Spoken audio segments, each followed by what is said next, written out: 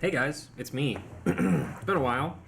Apologies for the lack of streams. The last one ended, shall we say, poorly, and it kind of discouraged me for a little bit. And also, the some of the groups that I am in now for various tabletop RPG things are really bad at telling me when we're actually doing stuff, and so they just said the weekend, and I was like, okay, cool. I'm clearing up both Saturday and Sunday. And then, those happened, and then it was great and fun, but now I want to stream some more. Today, we're returning to the World of A Realm Reborn to reread it, and we're going to be knocking out the rest of the crafters in Ul'dah today. That means Weaver, which is where we are right now. It means Goldsmith, and that means Alchemist. I will have a guest today eventually. He is still out of the house and will be showing up later. But for now, it's just gonna be me. I've got some popcorn here, I've got some water, and I'm ready to jam. So let's go ahead and turn this on.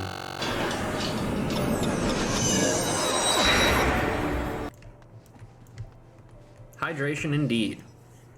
All right, here we go. So turned on, initiating stabbed fingies. Let's rock and roll. Alternative applications. Redolent Rose appears perturbed and in need of assistance. Ah, Ruja, you'll do.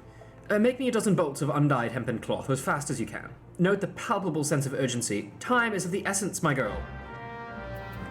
Done and doner. We urgently need that cloth, Ruja. Undyed hempen cloth. Several yalms of undyed hempen cloth wrapped around a short wooden distaff, or distaff. What did that staff ever do to you, man? It doesn't. Why would it need to die? It's fucked up, actually. Praise Nymea for bringing you here when she did. There wasn't time to explain before, but Sunsilk Tapestries has the honor of supplying the immortal flames. Noble patrons, to be sure, but ones whose needs can be rather difficult to predict. On this particular occasion, a detachment of ale-soaked adventurers from the Foreign Brigade through the Silver Bazaar thought the Silver Bazaar an appropriate location for a bout of fisticuffs, resulting in a pressing need for bandages. Ordinarily, we would not accept such a large commission at short notice, but the Foreign Brigade is a favorite of Her Grace, would not do to let the troublemakers suffer, even if they did bring it upon themselves. And so your lovingly woven fabric will soon be wrapped around the cracked heads, gashed knees, and split knuckles of said ruffians.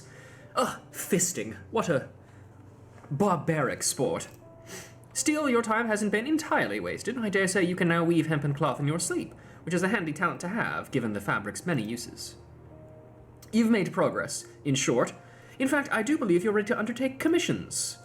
I refer to the kind of work doled out by Eustace at the Quicksand, of course. It'll be a while yet before you can be entrusted with anything bearing the Sunsilk name, but should you continue to improve at the rate you have, that glorious day may not be so very far off. Look, Kent, not everybody appreciates fisting as much as you and me. That's just the way it is. You resub for the blue update? I knew you would. How has it been so far, my friend?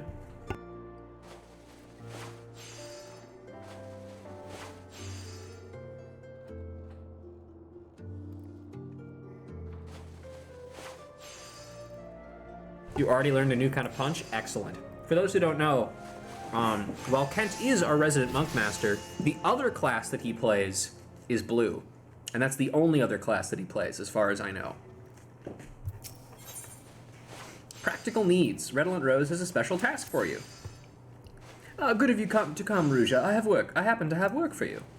It is a commission of sorts from one of our regular customers, a gentleman named Wawaruka. To show our appreciation for his continued patronage, I would present him with his choice of bespoke garments. Seek him out on Onyx Lane and offer your services. Oh, and remember, Ruja, you are representing me, so acquit yourself accordingly.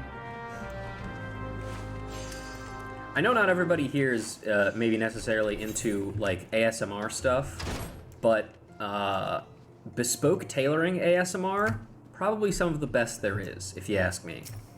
There's something that I really like about suit fitting. Not really sure what it is exactly, but I just like it.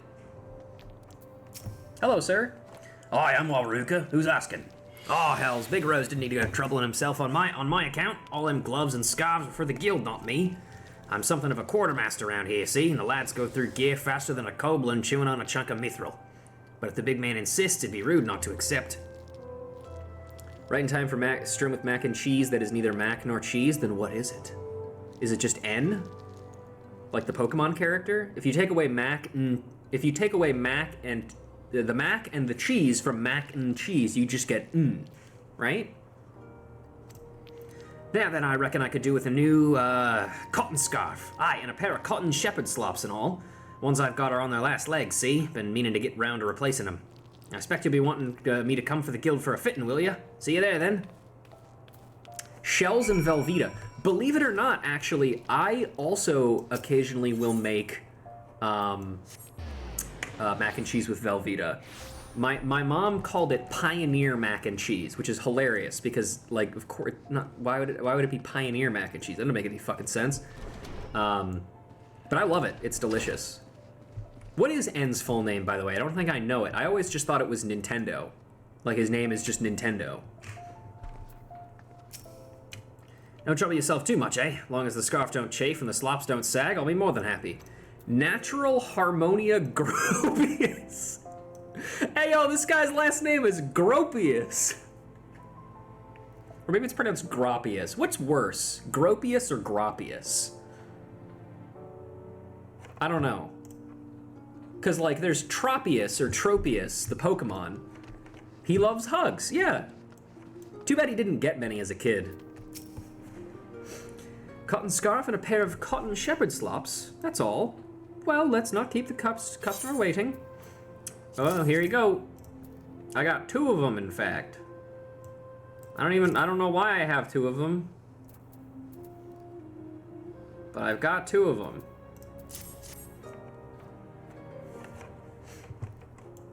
All right then, Ruja. Your garments are ready, good sir. Allow me to help you into them. Cool! These are nice! Bloody nice! I've never had such fine garments before.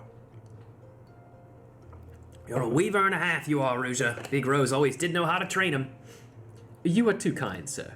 Pardon me for saying so, sir, but I must confess I had rather finer raiments in mind when I extended you this invitation. Should you desire such, I would be honored to make them for you myself. Ha! Thanks, Big Rose, but no thanks. I can't see myself in a frilly what's-it. A mine's where I belong, not some fancy ball. You need a lady on your arm to go to them things. Ha! That'll be the day, eh? Any road, I best get on, but knowing how fast the lads go through gloves, I dare say I'll be back before too long. Thanks again for the duds. You can lead a chocobo to water. Good work, Ruja. Carry on.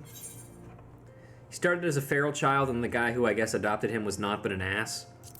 I thought Geddes was actually his biological dad. They have the same hair color.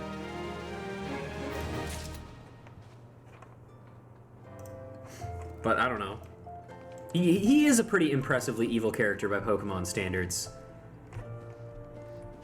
But I feel like one of the if he is, it's not confirmed, huh? I guess there's just multiple people with the exact same hair color off there in the universe.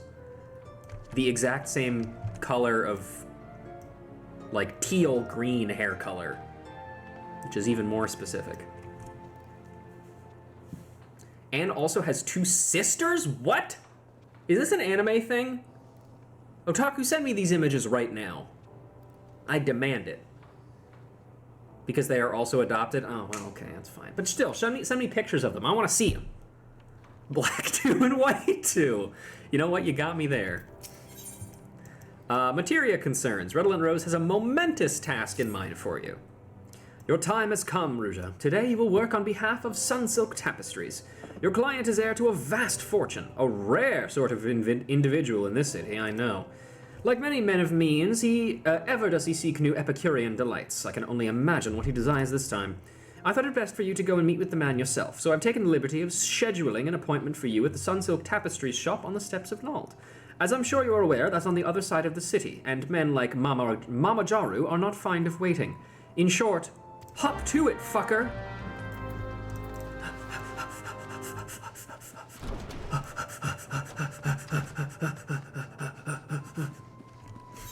Posted in Discord? Excellent, thank you, sir. Ether, I gotta get there fast. Okay, let's see these images. Oh, I feel like No, I don't think I've seen these characters before. I think the reason why I almost said that is because they had the art style that they have is very similar to the art style of the anime. What the fuck is it called? Hang on, let me look it up to make sure I'm pronouncing it right.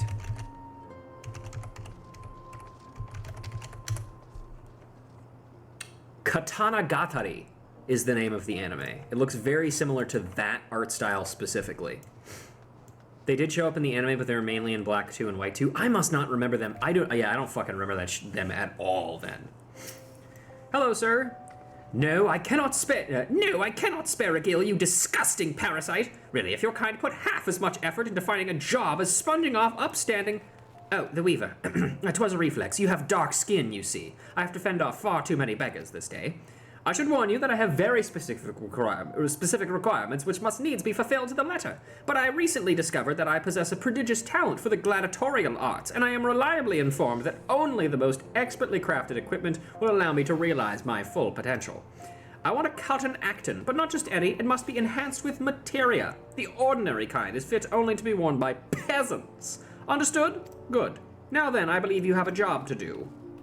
I will now vanish into the ether. Fuck you. Cool. Do I have that? I'm worried that I don't actually have that. Hang on. Give me a minute.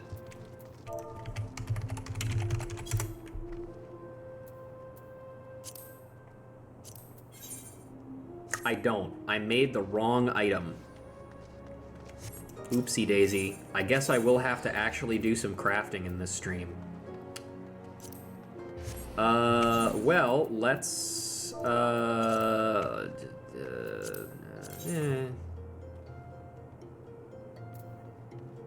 Okay, well, luckily we have all the ones we need. Savar should have them all. Just gonna have to interrupt his, outside of the overworld layout being too straightforward for my tastes. You should play Cassette Beasts, Kent. Well, actually, maybe not. Maybe, I don't know if you'd like Cassette Beasts. Because it's a good game, but like, also, Savar, please don't be mad at me. Please don't kill me. But yeah, Cassette Beasts, by the way, is a game that I've been playing frequently as of late, and it's very fun. I've described it to my friends as a game that is like if Pokemon continued to evolve as an RPG, rather than not. Oh, I will also need one singular materia. Marcellus. Nope, not money. Materia. What's the shittiest materia? Yeah, piety materia, sure. That'll be helpful for a gladiator. Go fuck yourself, buddy. Okay. So, I need to make... This requires 2... This makes 2, so we just make all of them.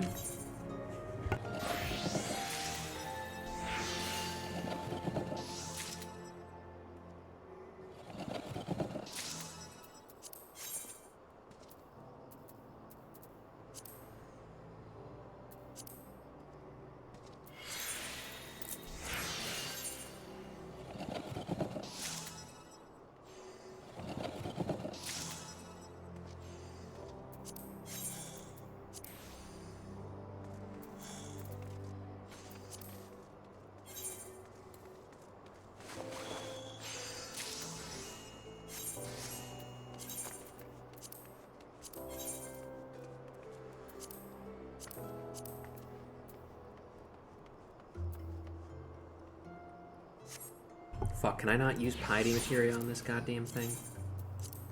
Damn it. Marcellus! I can't use this one. Give me a crit one. I don't need all of these. I just need the one.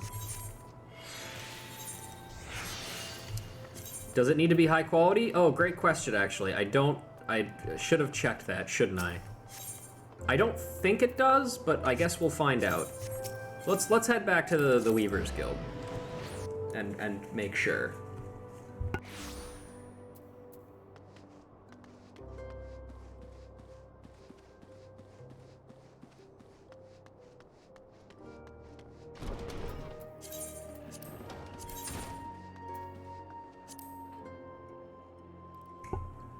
Fuck. Well, you know what, hang on. I'm here, I might as well. Hang on. I'm come for my Acton, Weaver, and I do not care to be kept waiting. Now we'll go fuck yourself. Back so soon? Tell me, what will our esteemed client have you make for him? I see.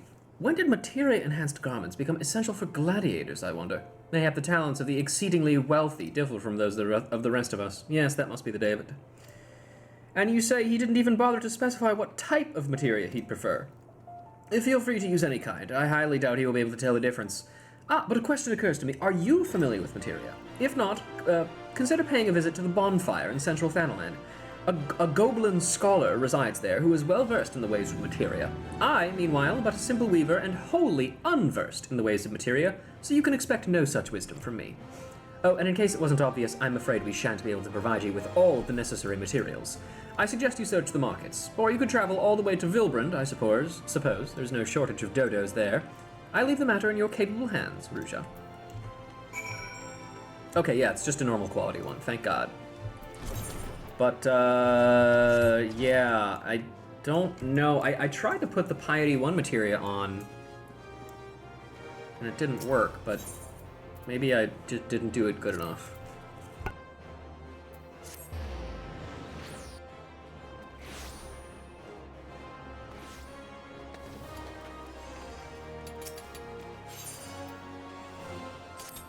If we told him it was high quality, he would believe us. Let's be honest. That's Piety 2. I don't know, you know what? I think I might actually be...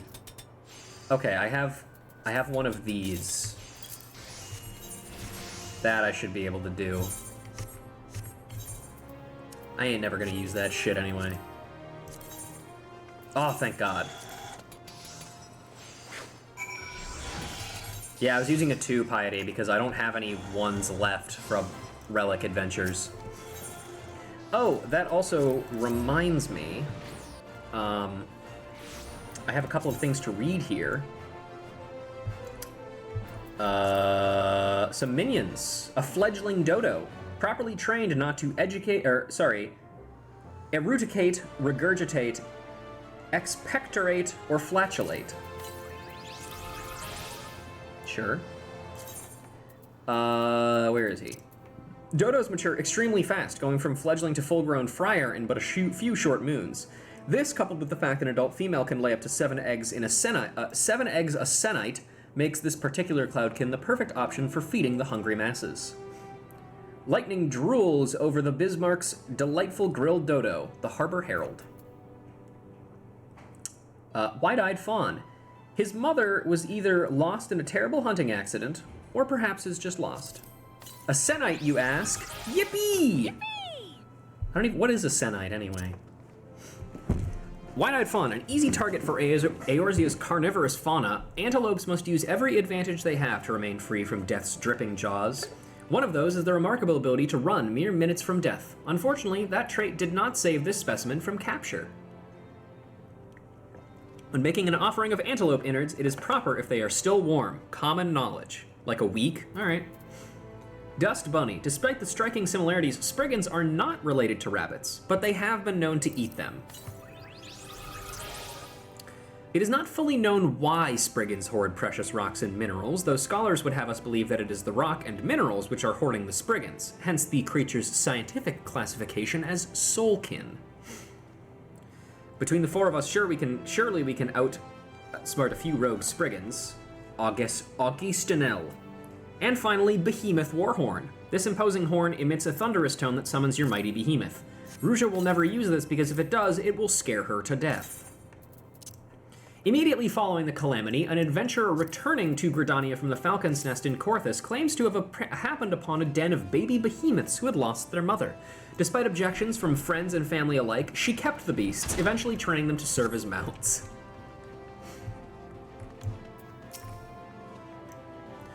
Pray do not keep your honored client waiting for any longer than necessary, for both our sakes.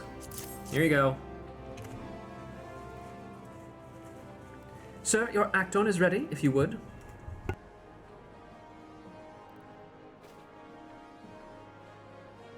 Well, it appears to be satisfactory. I only hope it will survive my rigorous training regimen. Swimming through money. I shall have one of my manservants deliver the payment on the morrow. Cool. In lieu of your customers' gratitude, allow me to express mine. Thank you, Ruja. I don't doubt that this has been an unenjoyable experience for you, but remember, while we are under no obligation to respect such clients, we must always be seen to respect their wishes. As I suspect you have begun to realize, appearances are akin to reality in this city. It is for this reason that our work is in such great demand. It is, after all, the Weaver's task to make the world see the client as the client wishes to be seen. With that in mind, I must congratulate you on a job well done. When I watched that little turd saunter out of here, I almost mistook him for a gladiator. I fucking love Redolent Rose, man. He's so great. He's harsh because he has to be harsh. That velveteen dress. Redolent Rose has need of your assistance yet again. This is indeed an unfortunate development. Oh, Ruja, thank Mia you're here. I need your help. The entire guild is presently engaged in dealing with a sudden deluge of orders.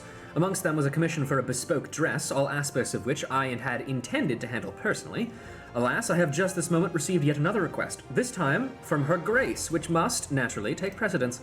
Since you have some experience engaging with customers, I would send you to speak with the client, Baba Y. Baba Y, in my stead. We had arranged to meet at the Gold Court later this... where had the time gone? We had arranged to meet now. Baba Y will be bringing along his daughter Kokomo, for whom the dress is intended. Be sure to speak to her as well. I'm quite busy at the moment. Oh, no, never mind. That's, yeah. I feel like if anybody is allowed to throw mad shade, it's probably Redolent Rose. Or probably, like, dressmakers and tailors in general. Tailoring is such an interesting art to me. Because there's so many minute measurements that you have to make. And not just, like, measurements of, like, oh, somebody's, somebody's arm is this wide. It also has to account for every possible motion of an arm, you know? That's crazy. Also, hey man, what are you doing here? Yeah, me too, man. Hello. And who might you be? I was under the impression I would be meeting with the Guildmaster. Well, it is a little matter, I suppose, provided the famous Redolent Rose still intends to design my daughter's dress. As for what manner of dress, simply put, I'll not have my Kokomo garbed in common cotton. A jeweler's daughter must be refined, resplendent, a ruby amongst the riffraff. Her mere presence should reassure my customers to the quality of my... I believe I made myself clear. Play relay my requirements to your guildmaster. It's worth noting that he did not actually tell us what kind of dress to make. He just told us what kind of dress to not make, which does not help. Kokomo is my treasure. I would have the world see her for the shining jewel that she is. You're from the Weavers Guild? I'm terribly sorry you had to come all this way. The truth to tell, I don't want another dress, but Father insisted, and when Father insists... I just want this over and done with, so please ask my father what he prefers, and I shall defer to his wishes. You sure can. Father knows best, and the Guildmaster always produces such wonderful designs. No doubt I will be delighted as always.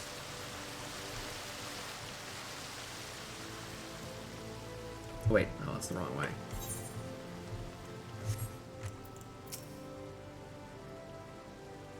Stop staring at her, dude. It's weird.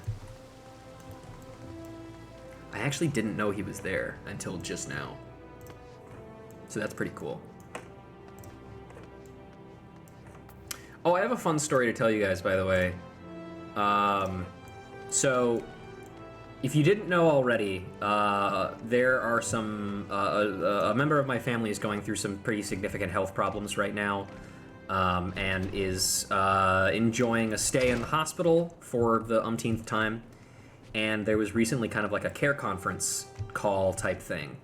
And my mom wanted me to sit in on it because, you know, in case there was a decision that involved me. And I was like, yeah, absolutely, I'd be willing to do that. When is it? And they're like, and she was like, it's at 1 o'clock. And I'm like, awesome, I'm working during that time.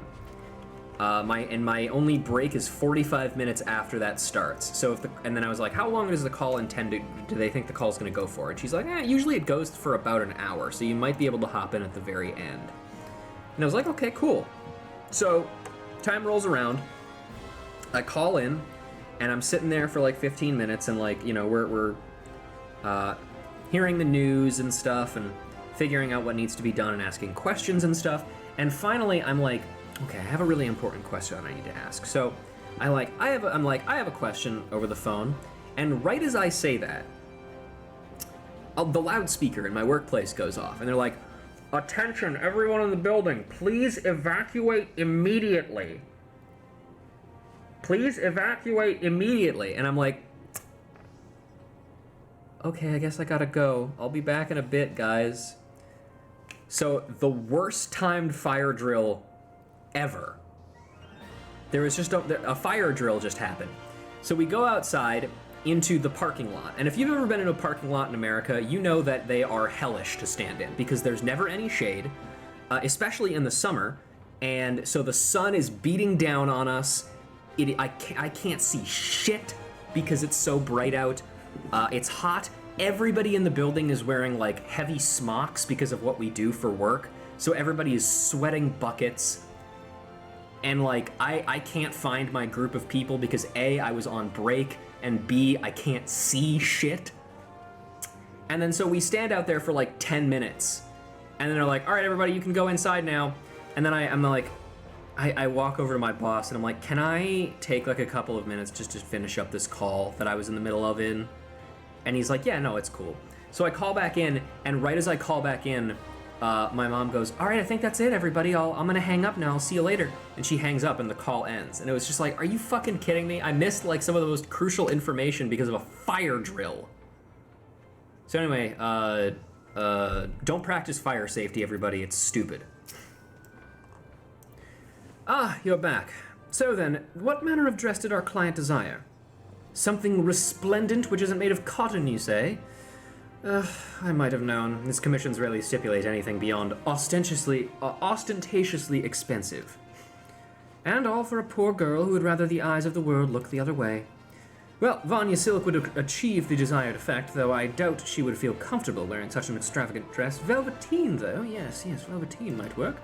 A fine weave of cotton and yarn and diamite silk with a short, soft pile, beautiful, yet subdued like our modest maiden. It will be painstaking to prepare, but so be it. I shall see to the patterns. The velveteen I leave in your capable hands. Know that Babawai will not be satisfied with any ordinary fabric. Only the very best will suffice. In short, I require a vault of the finest velveteen you can weave. High quality. Plain enough burning ranges to know you don't use drills on fire, use energy weapons that crystallize the fire. Exactly. I mean, come on, guys. Just freeze the fire. Bionicle done that 1,000,000 times. Oh, have you woven the velveteen already? I have, yes. Undyed velveteen. Several yalms of undyed velveteen wrapped around a short wooden dickstaff. It's been far too long since I last worked with quality velveteen. You've truly outdone yourself, Ruja. Babawai's daughter shall have a most magnificent dress. Pity she is more like to wear it than her father, though nothing would please me more to be proven wrong. But I rather suspect another dress is the last thing that girl needs. I'm sure we've seen the last of her, though, so hopefully her life is great. And I'm gonna move some of this shit so my inventory stops feeling so cluttered. Also, I just got some cotton yarn, I guess. Oh look, also we have Vanya silk in our inventory right now. Several yalms of undyed Vanya. No, it's the same fucking description, whatever. Miner on a mission. Redolent Rose has a job perfectly suited to your talents. Ah, there you are, Ruja. I have a job that's absolutely perfect for you. You remember Walbaruka, the Miners Guild quartermaster? Of course you do. Well, you'll be delighted to hear that he has finally come to appreciate the benefits of a finer garments. And because he was impressed by the scarf and slops you wove for him, he has personally requested your services. I told him I would send you at the earliest opportunity. Well, what are you waiting for? This is the earliest opportunity.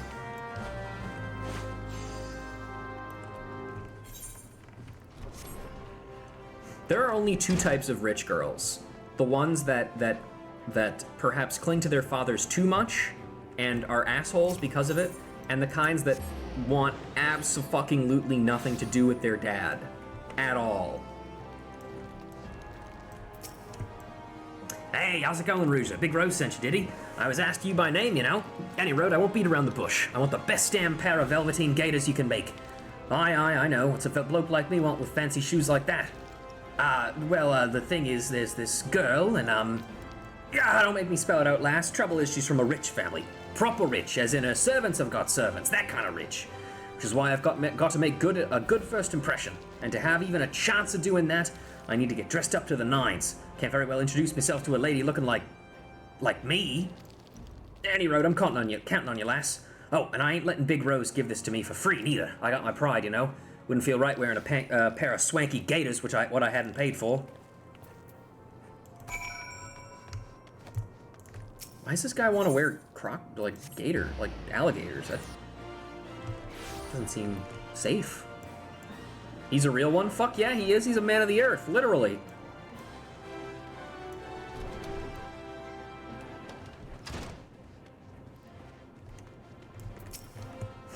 Counting on you, Ruja. Yeah, I know. Your client is waiting, Ruja. Do you have his gaiters? Less green than I was expecting. Sir, your gaiters are ready.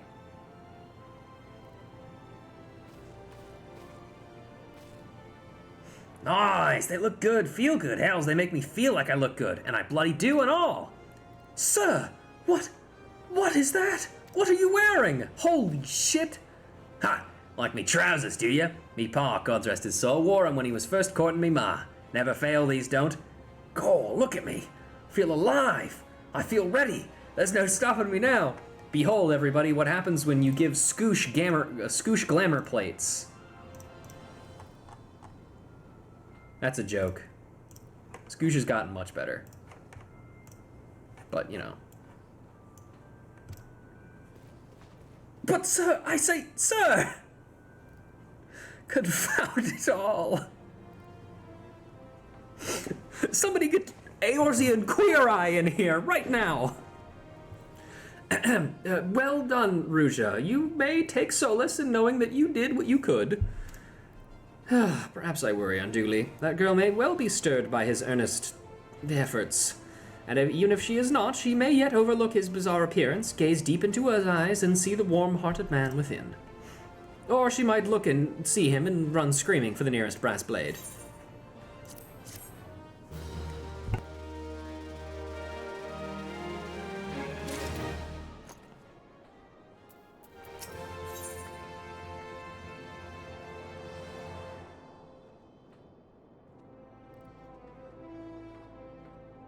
Sorry, eating popcorn.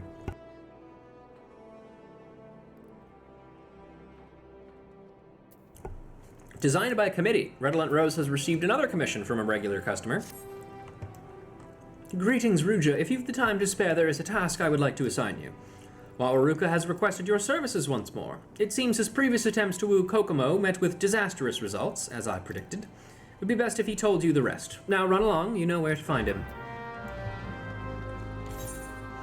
And I ran to the etherite. Nuke some spaghetti pizza? Aw yeah. It's Pizza Tower. Pepino spaghetti.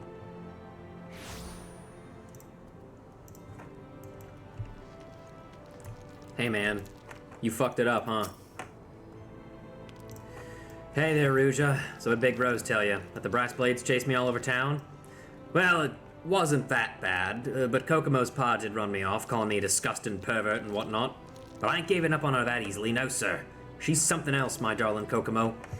See, one day I was making a delivery to Baba Wai's shop when these two boys walk in and start hassling the customers and staff. So I confront the youngins and it gets a little heated. Long story short, I have to make them leave. I'm a little roughed up at this point, and as you might expect, then here comes Kokomo, all grace and splendor, thanking me for what I'd done. And when our eyes meet, I suddenly realize I can't hear a word she's saying, because my heart's pounded faster, harder, and fiercer than the hammers. Till then, she was just a nice young girl helping her father, but then she had to go and look at me like that, and I wanted to say something, but my words left me that day. But I can do it, Ruja. I just need to do it properly, like a gentleman. After talking to the mates at the bar, the best place to learn how to be a gentleman, I'm thinking a more conservative approach is in order. If I wore, say, a Make America Great Again hat, do you think that would work? You're shaking your head, no?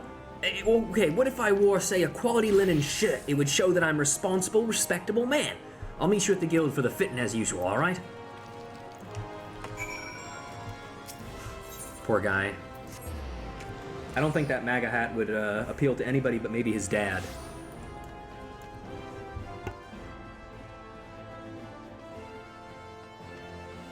Actually, in Arizona, it wouldn't be MAGA, it would be Muga. Make Ulda great again.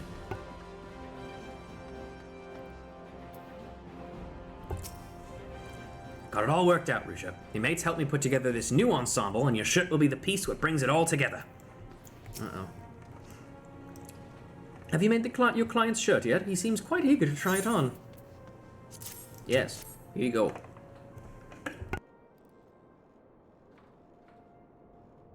Well, I think we can all agree this is far more appropriate than a leather harness. Oh, this is perfect. I never knew fancy clothes could be so comfortable. Sir, could you please explain how you chose those other garments? Well, the hat belongs to a goldsmith I know. Says it makes me look smarter and whatnot.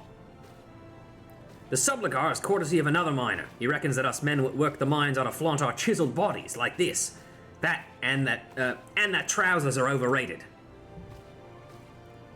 The gauntlets and boots are the best-selling wares at me armourer friend's shop. Bit gaudy if you ask me, but everyone thinks him fashionable, so who am I to tell him different? Impressive, ain't it? You don't have to tell me, I can tell you think the same. Gods, I've been such a fool. I should have asked me mates for advice from the start. But sir, I say, sir! How could he be so blind? It's absolutely, totally, in all other ways inconceivable. He's hopeless, utterly hopeless.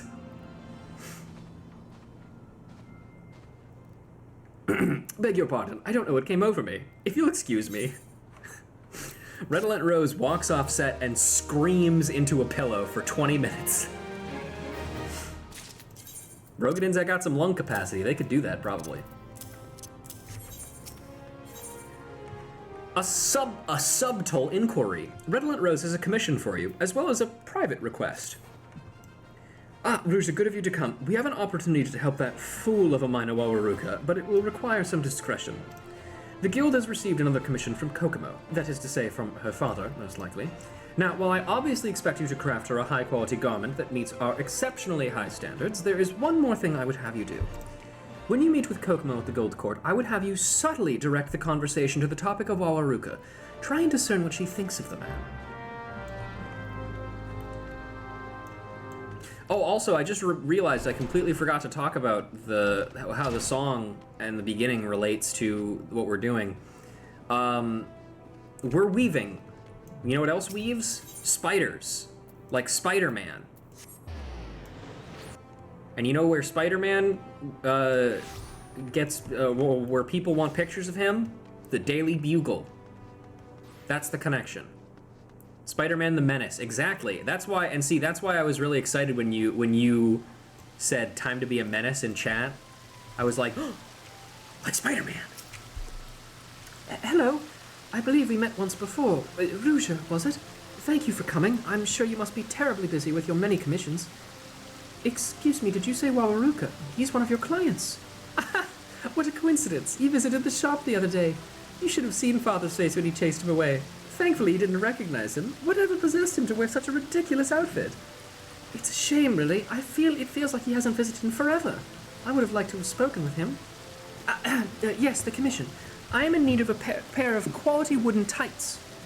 woolen tights. I should meet you at the guild for the fitting, correct? Then until we meet again, Ruja. Oh, good. She doesn't hate him. That's good. She thinks it's funny.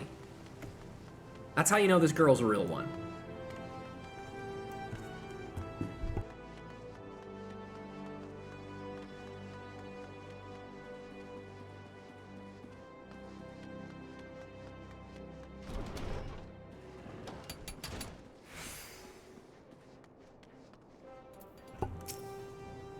I'm sure your tights will be excellent, but I know Master Rose would insist upon inspecting them first. I will wait here until he says they are ready. Have you the tights, Ruja? I do. Here you go. Have fun. Miss, if you would come with me.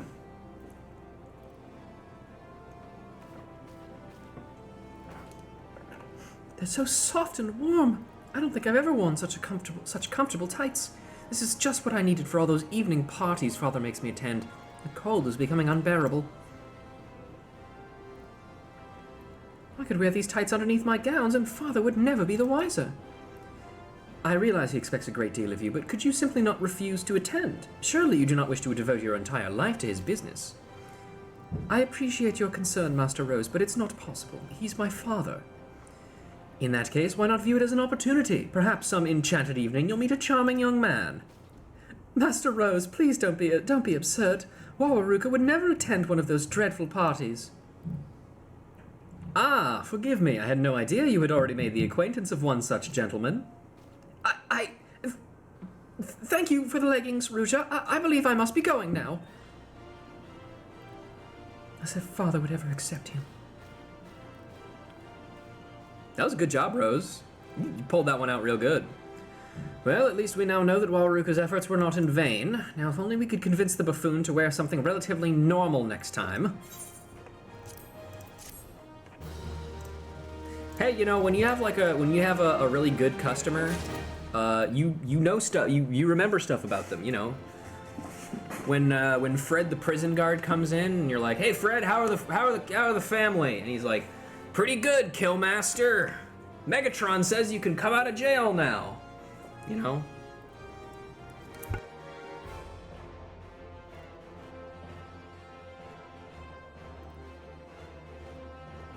The local pizza place is kind of like that with me.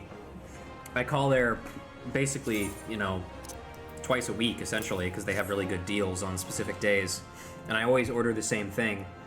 And so, like, recently they've been like, "Hey, it's I'm like I give them my phone number and they're like, "Henry?" And they're like, "Cool, we'll have it ready for you in 15 minutes." And I'm like, "Cool." Shortest phone call I've ever had with a pizza place. "Hey Tom, welcome back. Here, I'll give you a call." The guest is Tom, by the way, in case you haven't guessed. Unless you need a minute to set up, in which case I will wait.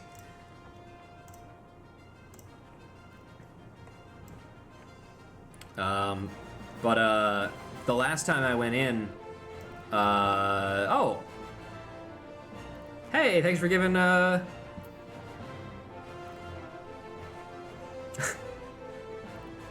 how did I pronounce your name, Otaku? Otaku?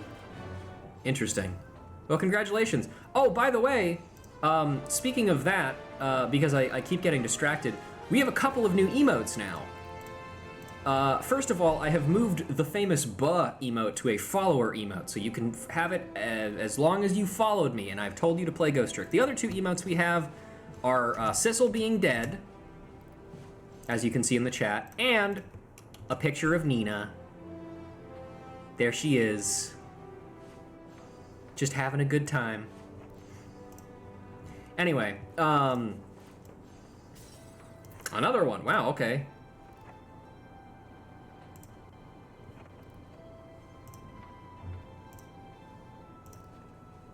Hey, buddy. Hey, buddy, how you doing? One sec.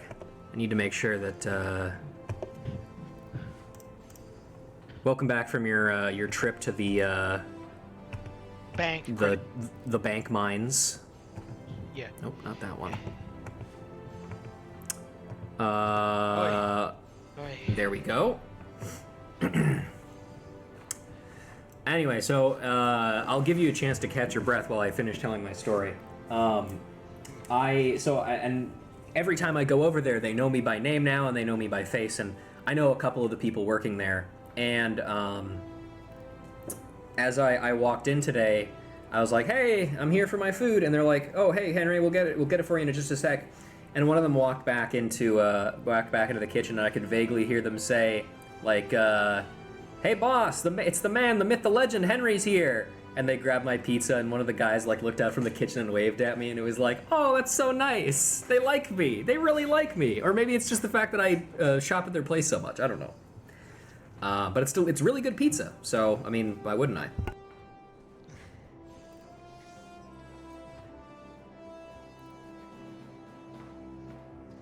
All right. Let me also get the screen share going. Yeah. Stop it. No. Cool. Well, when and if Bees shows up, then they can start posting Nina's. Good. Yeah. Good. Also, I've decided to add a running tally to every guest that shows up of whether or not they've played Ghost Trick, and Tom has played Ghost Trick. I did one night. Yeah, I was impressed. You went real hard on it. I'm proud of you, buddy. All right, let's keep it going. I will keep reading Redolent Rose. I have a couple of characters in mind that I think you would like to read, but we'll see if there's anybody that comes up that you'd be interested in. The intervention. Redolent Rose appears to be in high spirits. Haha! It was all so simple. I've conceived of a plan to help poor Wawaruka. He came to me again with another ridiculous commission, and I was completely at a loss of how to proceed. But then, a stroke of genius. We simply change his order and dress him as we see fit. If we ignore his terrible taste in clothing and give him a stylish outfit, Babawai will have no cause to chase him away, and he will finally have his chance to speak with Kokomo. And I've just the outfit in mind for this occasion. A beret, gown, and gaskins, all made from the finest wool. I dare say he'll be a man reborn once we've finished. Of course, it is necessary that we gain his approval before changing his commission like this, but I am confident that he will see the wisdom in my proposal. I don't know, is it just me, or is this guy strike you as the kind of person who would wear garters? I'm not saying there's wrong with that, but he does strike me as the type who would. Yeah, I think so. Yeah. All right, let's head over here then. Hey man, I know you asked us for Coke, but we're giving you Pepsi. Do you want to take this guy? Motherfucker, what is this? What are you doing here? I told Big Rose what I wanted this time. Oh, he wants to change my order, huh? Fine. I suppose that's alright. You know, I'm a fool when it comes to fashion and all that. Seems I only make things worse when I try harder, too. You know. Just one beret, a gown, gaskins, was it? Yeah, that sounds nice. I'll meet you there, Ruja. Well, at least I you want for a accepted. change. We already did what you wanted 3 times, and it didn't fucking work. I'm a visionary, damn it! Has there ever been a blind visionary before? Blind visionary. I'm sure. I mean, you know, there was a Japanese deaf guy who was known as a famous composer until he was caught. Yeah, anything's possible. Well, that's you. Never mind. Well, I'm here. We doing this or not? Yeah, we're doing it. I must confess I'm rather eager to see how this particular commission turns out. Are Wawaruka's garments ready yet? Yeah, here you go.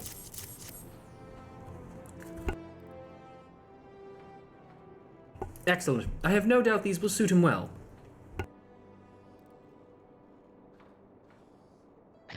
Is this guy? No, it's me. Your guy. Yeah. I think we've outdone ourselves, Ruja. Look at him just standing there, a vision of grace and refinement. No. I'm just leaving it there. I'm just saying no. Okay, fine. I feel it's more poignant. Is something wrong, sir? I believe they fit you perfectly, but if you desire adjustments... No, no. Clothes are fine, Big Rose. Just, I'm sorry, this was a mistake. Nope. That's nope. Whatever are you saying? You look marvelous. Kokomo would be thrilled to receive such a dashing young caller. It's too late. On the way here, I saw her walking with this wealthy-looking fella. Just the two of them. Too late. Wants them together in the fancy clothes. Looks right, Big Rose. Like they were made for each other. I ain't one of them, don't you see? You can trust me, you finest silks, but I still got more dirt under my nails than the girl has in her whole bleeding man. What is? Man, I don't know what that is either. Don't worry about it. Who's a big fool that thinks you care about someone like me? I'd never be a part of her world. Disney reference. Disney Blast.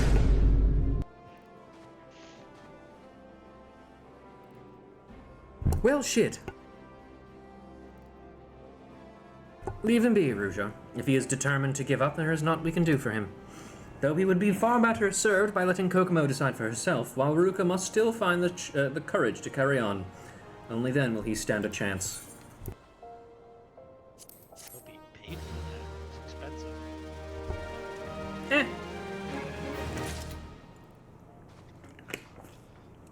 I also hope that the amount that he paid was equivalent to the amount that those clothes would have costed.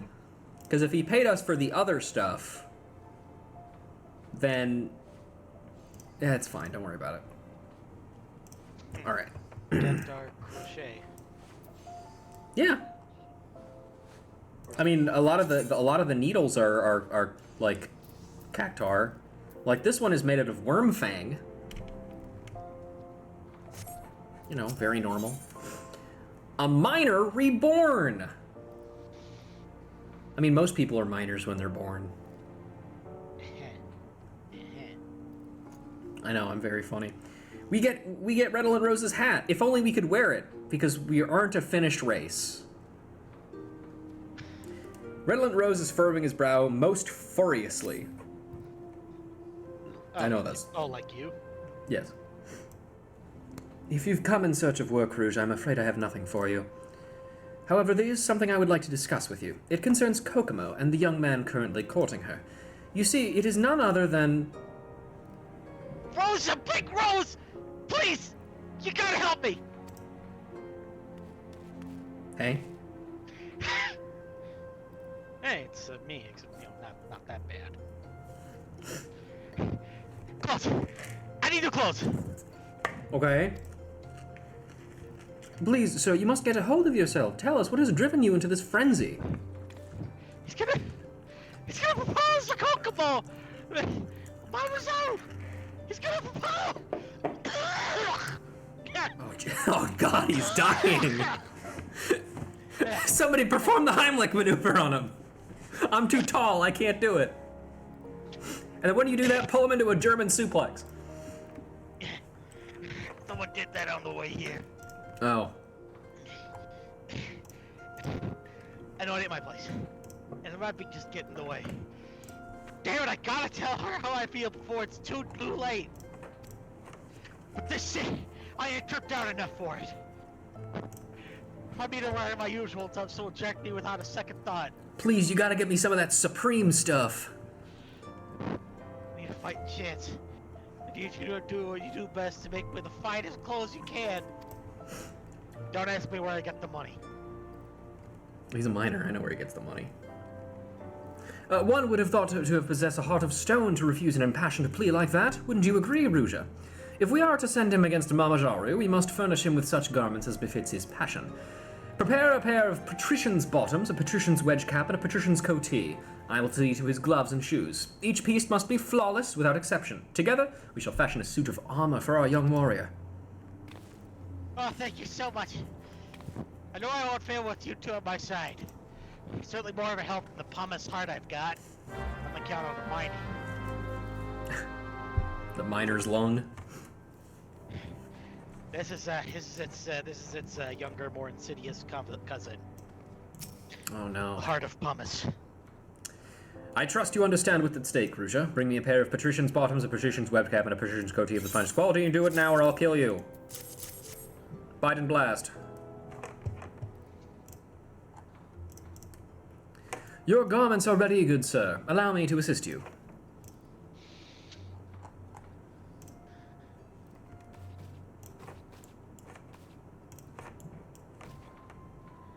Gods almighty, is this really me? It's actually a pretty nice ensemble, honestly. Look like Sailor Robin Hood. It looks like you could do with maybe a dip in the dye tank. You know in Breath of the Wild how you dye your clothes, where you stand up on a platform and then you hold a bunch of dye and they just put you in a fucking dunk tank. Nope. That's what we gotta do for But this I'll guy. take your word for it. Trust me, that is what actually happens. If I may be so bold, I think this is quite possibly our finest work yet. I feel like I'm someone else. Like a prince in a fancy ball, or... Ha! Sir, I have known princes. I am pleased to say you are nothing like they. Big Rose, I don't know what to say. Thank you. I think I'm finally ready to see Kokomo. Ah, yes, about that. I would advise you make haste. I suspect Mamajaru will make his intentions known ere long. What? How long? How long? Hours? Minutes? Tell me! Exactly Tell me to be 14... sure. Exactly 14 minutes and 53 seconds. 52? What? 51? I cannot say for certain, but Little Bird tells me that Mamajaru and Kokomo are present at the Gold Court. An ideal location for a romantic proposal, wouldn't you agree? Oh god, I gotta hurry. I gotta get... Ugh. Well, it's still time. Thanks, Big Rose. Maybe don't belch while you're there. I get it out now! Use the belch to propel yourself further. Ruja, be a dear and follow him. I would very much like to know how this all plays out. But please don't belch to propel yourself, like he did. I'm feeling, she couldn't do that. Probably not, no. She's afraid people will kill her for being too rude. And in the Weavers Guild, she might be correct.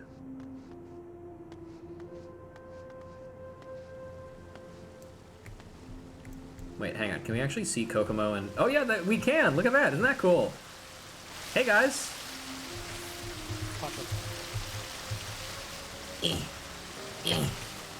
Get fucked, loser. It's good. If she was rude, she'd be called Rudeja. Trudeja.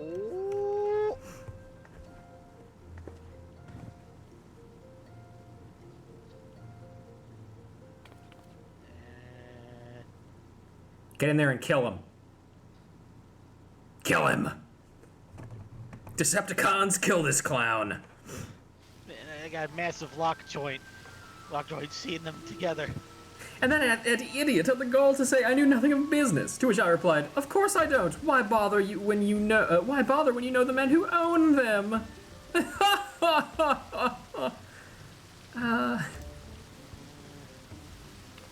When I speak to you, I expect your full attention. I'll teach you how to behave, woman. Oh God, here we go, buddy. Piss. I got... A little early, but whatever. No, don't. Wait, here's a funnier. There we go. Put in the parry sound. I got locked knees, but I can wave dash like a motherfucker. How dare you raise your hand against a lady? I'll kill you for that. Oh, are you all right?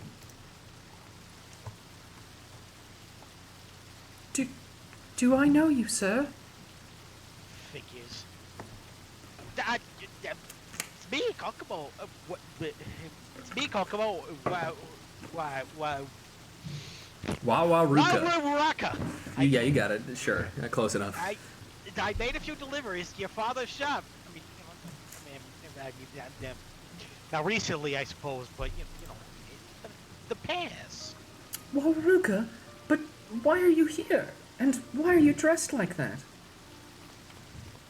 Oh, can you kidding me? This is streetwear. For you, Kokomo, there's something I've been meaning to tell you. It's just, I I totally got this salary. I don't know who you are, but you will turn around and face me right this... I'm gonna walk up slowly and down smash you. You've made a powerful enemy today, my friend!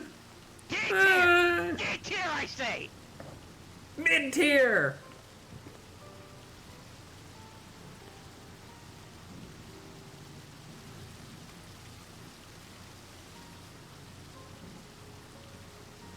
Hurry up and pull her off the fucking floor! I've never seen anyone stand up to Mama Jaru like that before. I like the proper motivation. And a thick skull. I was hoping you would come visit again, but then you kept wearing such strange outfits. Promise me you won't do that again. Yeah. I'm in too much debt to even try. As you wish.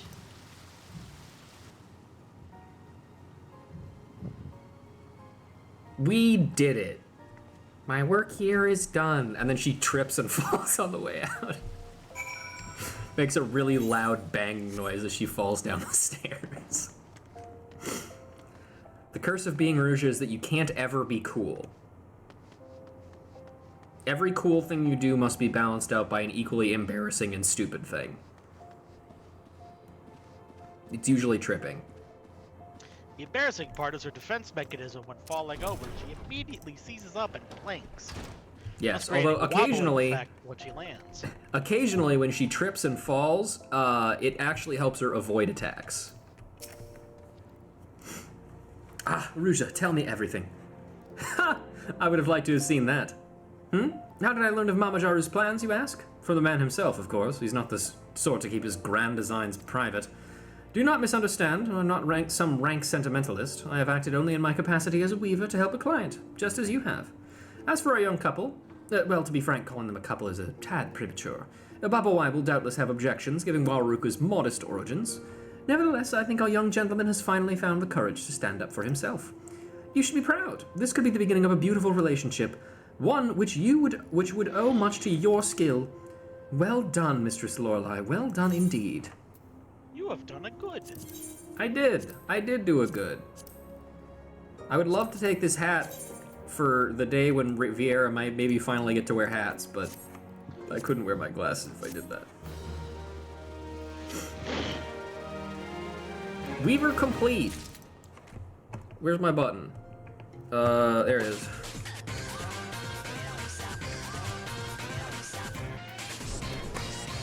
Easy. We also got Clotho, who I believe is one of the fates from the geek mythology. All right, Tom. Yeah, and a boss from God of War that probably should mention here. Also, here's a question. Tom, what do you want to see next? Goldsmith or Alchemist? Gold certainly sounds dazzling, but the inner lab rat in me can't resist alchemy. Alchemy it is.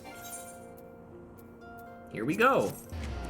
Would you like to voice the Guildmaster of this? It will require you doing the most talking. However, he is incredibly manic and very funny.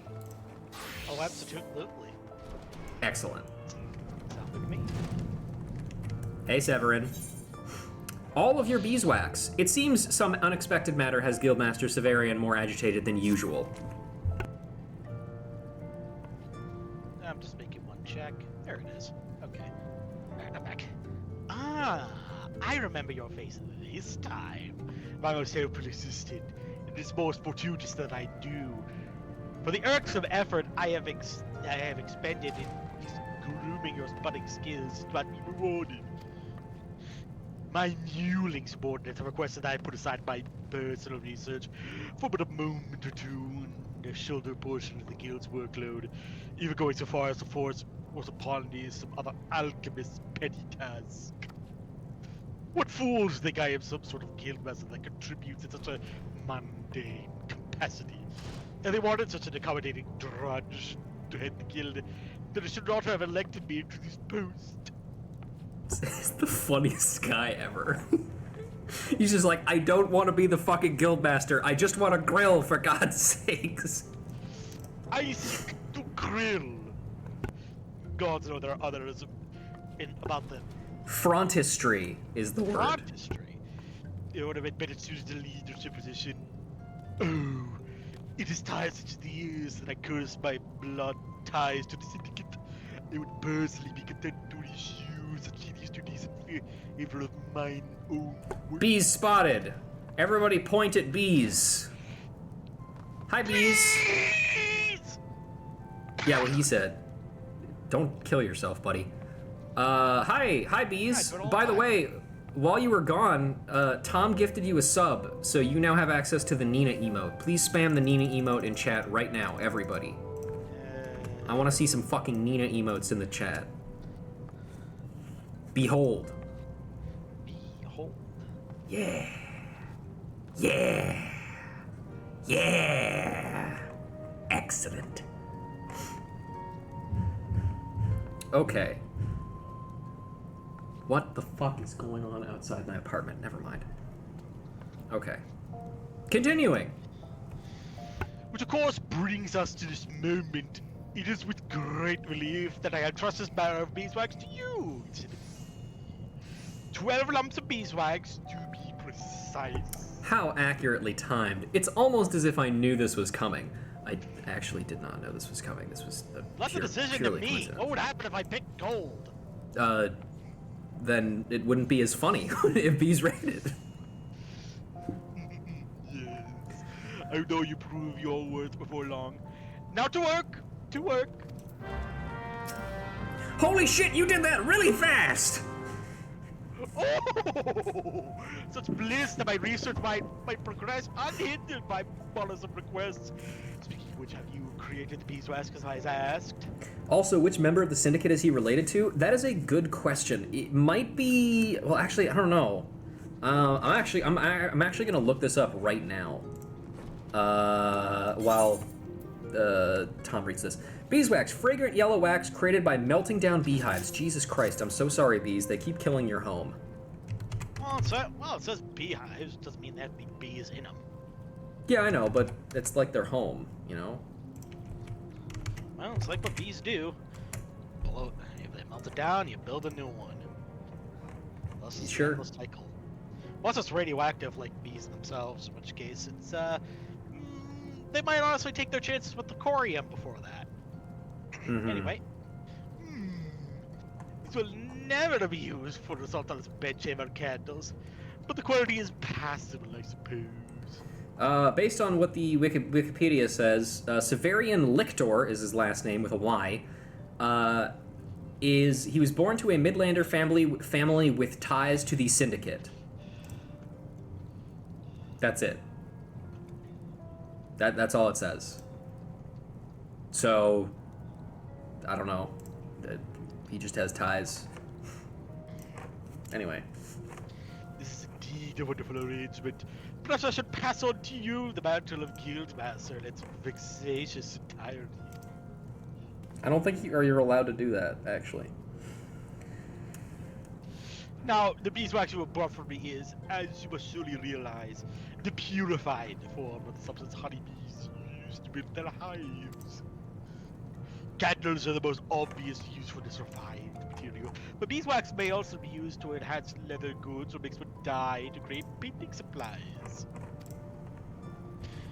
It is not the most difficult material to create, although keeping the quality consistent for such a large mass speaks well of your attention to detail.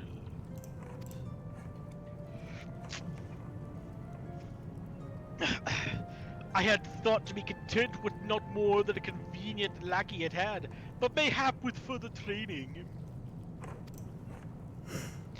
We must somehow supplement your studies, but I am loath to be parted from my workbench. Thankfully, I am aware of the perfect solution to this quandary. Tradecraft levies. A selection of alchemical odd jobs will be available to you at the Adventurers Guild. Simply speak with the fellow at the desk, Eustace. I think it was. In any case, you should be provided with ample opportunity to practice your discipline and even receive payment while doing so. Remember, your improvement is my utmost concern. Because I can pawn off the jobs I don't want to do on you. Yep. Cool. We did it. I know that perhaps not the most subtle way of putting things, but I'd be a liar if I were to be any more discreet. Fair enough, man. Alright, here we go. Next one. For fair love, Guildmaster Severin appears to be losing the battle against exhaustion. Aren't we all?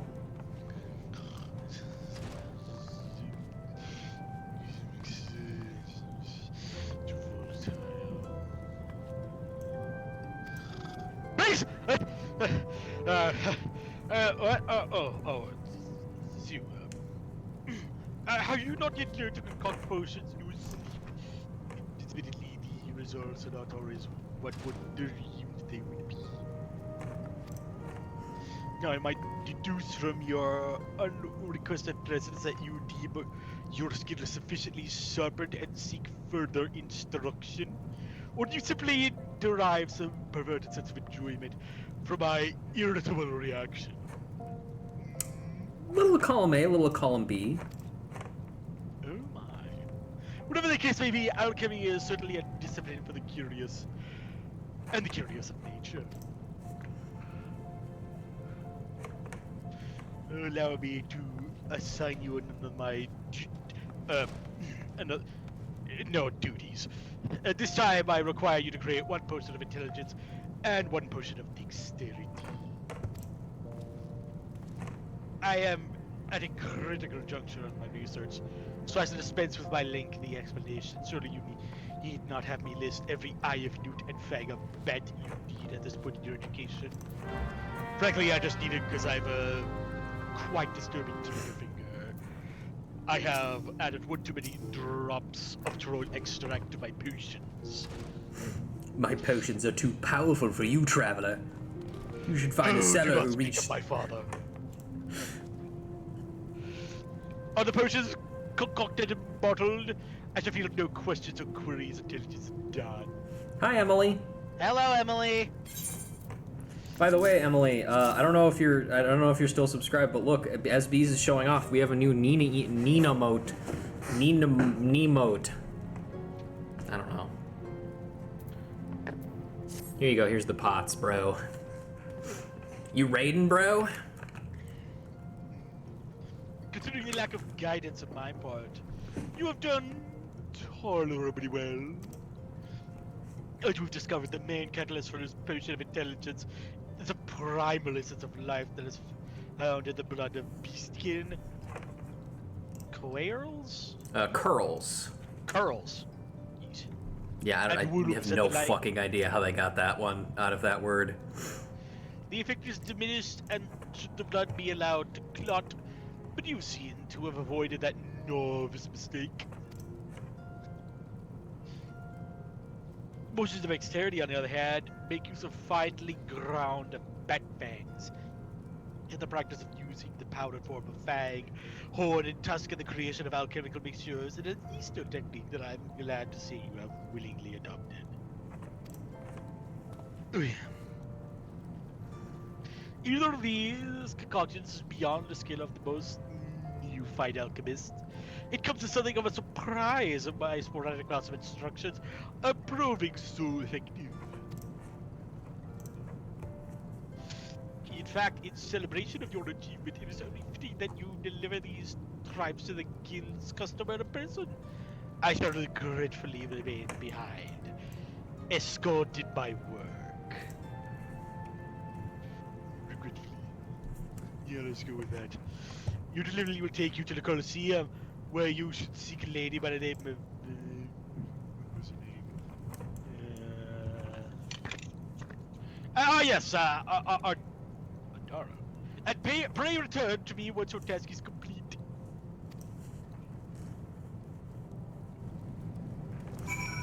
Okay. Here we go. Where the fuck are we going? Gladiators Guild. Sure, why not? It still makes me a little concerned that the orphanage is right next door to the Alchemists Guild. Where do you think our samples come from? I really didn't need to know that. You can't find baby teeth anywhere else. You know, that's a good point, actually. Oh, are you from the Alchemists Guild? Thought my order would never arrive. You do have the potions, don't you? Yeah, here you go. Dexterity and intelligence. Are these the ones I asked for? I don't know. I just thought the vials would be more ornate. Well, I must do something to pretty them up before I present them to Franz the Fair. I suppose I should be glad it was you in charge of my request, not the guildmaster. I mean, one hears stories about the head of the Alchemists Guild. To be honest, I was half expecting the potions to hold some foul liquid, if they held anything at all. They say Severian has powerful connections in more guild than he can count, but all he does is waste away at his workbench, performing experiments. What kind of research could possibly be so important that he would spend every moment chained to his alchemical devices? But listen to me, gossiping away when I have gifts to prepare. I do hope my beloved Franz will be impressed. Franz has a rather large following. One must go the extra mile to stand out in a crowd of gladiator spectators. So you're giving him potions that don't help his class at all? Maybe you should take that potion of intelligence, lady. Just notice ghost trick status? Yeah.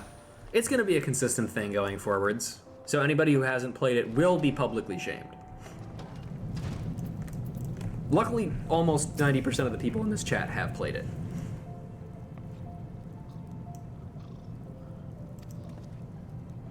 Oh, are you the delivery man bringing my juvenile hominid livers? No? Oh, it's you. My loyal assistant. The task is done? I'm sure I made not the slightest mention of any tasks. Although, now that you mention it, you seem to recall drubbing some neatly mutation into your capable hands. And what then has transpired? I see. More concerned with the vessel and the contents, was she? I don't suspect much more than those who are not intimately acquainted with alchemist's true beauty, of course. I am finding I no longer count you among the rabble. It is a painful conclusion to come to. It brings me discomfort. So to continue this path down this path of mastery, the day might come when you too might join me. Quest for alchemy's ultimate. Need some rest, bro. Yes! Yes, I almost forgot about the matter of payment. Now we both be best returning to our work. Sure. Alright, well, here we go. The Arcanist's Tome. Guildmaster Severain wishes to test your growing proficiency with a new task. What? That was a bit too loud and it startled me. No. My able assistant, I recognize a look of intense hunger. You wade waist deep into the mire of alchemy. Oh. Well, it is that you display such desire, for I said already with a task that will further test and expand your proficiency. I have a request from an arcanist by the name of, oh, who cares? I have a request from a certain arcanist, and he requires an alchemist to construct for him an engraved hard leather grimoire. Man, it sure is cool that they put the words alchemist and arcanist in the same sentence. I love words and spelling. Go fuck yourself, English language. But as is so often the case, the matter is not as simple as it first appears. Yulog is one of the materials used in the creation of the tomb. Will not be found in any old Urdan stall. Thus it forced you to take up botany and gather the material yourself. Or almost as bothersome, scour the market boards of the Sapphire Avenue Exchange. True. Who would ever subject themselves to crafting and gathering? Insane. I have purchased one too many cats and bags if you want to go there again. Hardly the stuff of alchemical excellence. And as if this endeavor were not already sufficiently laborious, the client has also requested the tome be enhanced with materia, as if I'm made of gold. Must I explain materia to you? Oh! Very well. Materia is a crystallized essence of a well-used piece of gear.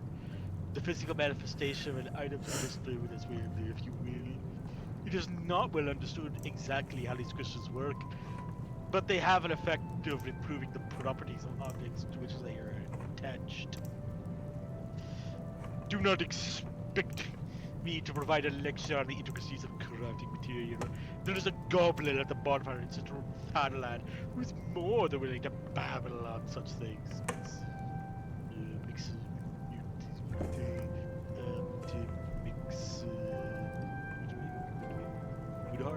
No, Mutamix. Yes, that was his name, Mutamix. You'd think he would remember the name of a fellow alchemist at the very least, but I guess not. Do you think I'd try for myself with the names of the common rabble? Yes. I only know the intricate alchemical compounds of slow soup. As for materia, the arcanist was specific in his lack of specificity. You are free to experiment with whatever kind you wish. Glorious! Doing a number on my throat. You can stop doing the voice anytime you want to, man. Never. Okay, if you say so. Enhanced tome to be what is complete. Meanwhile, I shall be sifting through my memory to the name of our expected client. It's consistency, dude. I can't stop in the middle. Yeah, I know, I guess. Hey, dude, I got it. Are you actually a wizard? No, I'm a scholar. Wizard isn't a class in this game. Wizards now. No. Are there wizards among us? Oh, who cares? I have every confidence. Sorry, one sec. Let me just step away real quick. You can finish reading this line and I'll be right back. I have every confidence in your aptitude for these time-consuming errands. You do recall your task, yes? Yes? Yes? I shall be needing that leather-bound tome within materia attached. If I am to strike this undesirable duty from my list of distractions that people call important guildmaster tasks, I will absolutely destroy my throat for content. I'm back. Here you go. Here's your hard leather grimoire. Yes. And not a moment too soon. You may see for yourself the arcanist's reaction to your undoubtedly fine work, wizards. I have sent word that he should visit the guild forthwith and just avoiding the tiresome business of the delivery.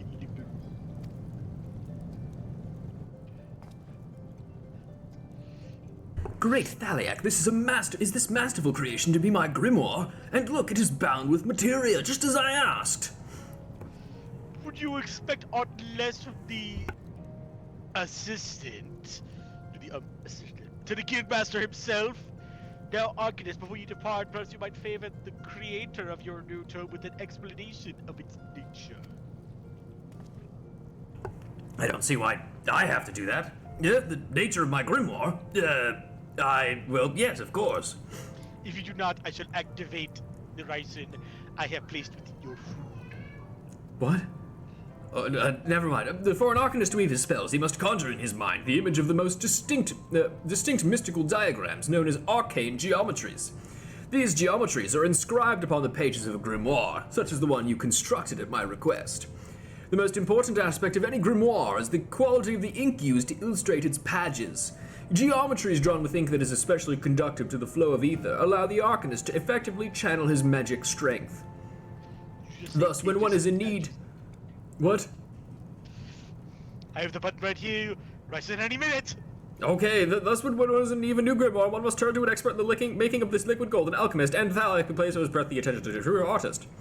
Should I ever wish to add to enhance my tome, I know exactly to whom I will turn. Thank you, Master Alchemist. I was completely bluffing. The button was just for show. Actually, the button just does this. It's just there to whenever people say something like "She alchemist on my guild until I severane," then I press the button and then it tells them that they did it bad. It is most delightful. Alright, Master Alchemist now, is it? I suppose you must appear so to the uninitiated. Put in perspective as though it may be, it is cause for exaltation. You should cast aside modesty and bask in the glow of your accomplishment. But do not let your ambition wither in the shadow of satisfaction, unless, of course, you wish to remain an assistant forever.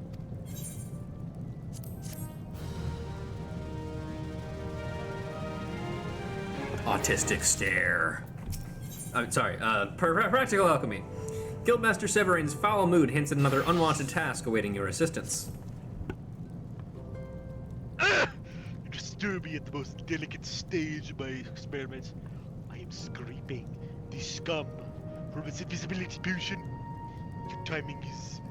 Let's say, my dear assistant, your timing could not be more fortuitous!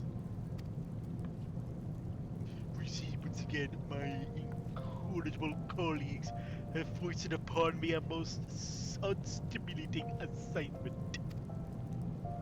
You can imagine my consternation at this continued effrontery, but when I consider the ease with which you had performed your prior task and a desire to find a greater challenge to test your alchemical aptitude or wizardry, the solution to this odorous situation becomes glaringly obvious. All these big words, and I'm stumbling over all of them. Thus I do turn over this misappointed duty to a more fitting recipient. Your task this day is to manufacture a bit of the highest quality natron. You do understand that this order cannot be filled with any average sample, yes? But I feel I must warn you, the quest for greater quality may ensnare you with an entirely new level of obsession. Alright, here you go, buddy. Wizard! Autism. You are a wizard! That's No, 5 seconds have passed before you come and complete my alchemist. task that I've just given you! You are a wizard! No, I'm an alchemist, man. Come on. Probably help to avoid the improv, Tom, so you only have to say the bare minimum words. Fuck you, bees. That's not how we do things around here. How far are you in your quest for quality natron? I understand it only too well the lure of attaining perfection, but for an alchemist, the timing of results must also be a consideration. It's fucked up that you would say fuck you to Nina. Look at Nina. Can you believe that you just said that to her? That's really mean of you. A white powder used in alchemy as a deodorizer and leavening agent. People snort it sometimes too. Overdoing. It's true. Let us inspect the fruits of your labor. It's not fruit, it's powder. Oh! Yes, the substance is indeed natron, and with a pinch of powdery magnificent it is. Alright, there it is. With this level of quality, it will perform wonders in any field of application. I would not be surprised to see our client return time and again for more and more. You shall be doomed to create nothing but your wondrous power for the rest of your living years, until the police come by, and it will all be over in an instant. Lest you think that in jest, I would have you realize the sheer range of practical use for this material. It is found in the manufacture of glass, the treatment of wool, and even in the mixing bowls of culinarians. The health and safety of which is come to question many a times. Though alchemy is required to produce natron and substances far greater value to many other disciplines. I should make another, if I ever get the ability to, I should make another emote that's just the same Nina emote, but it's facing the opposite direction. That would be a great idea. I need more people to sub. Well, I don't have enough emote slots. I only have, hang on, let me check. Yeah.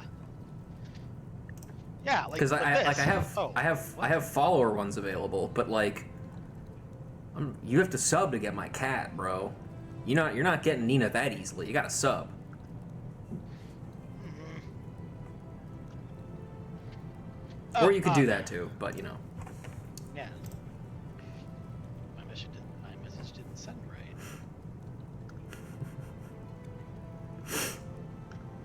Looks like she's dancing if you post them after one after another over and over again. 2 of them. In this way, the benefits of alchemical discovery find their way to every facet of civilized life. The era when we alchemists were branches crazed heretics now but a forgotten page in these storybooks.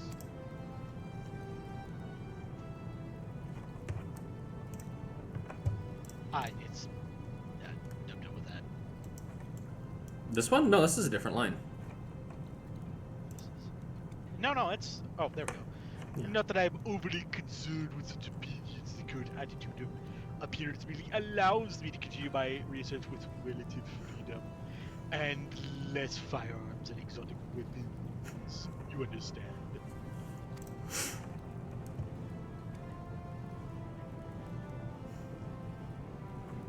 Another day I have to carry a Derringer on my sleeve. It will be a day too many. Love a good Derringer. What? This is another new line, by the way. Oh, the manner in which my work might eventually be put to use is of little interest to me compared to the results themselves. I do not seek to contribute to the well-being of society nor amass a glittering fortune overnight.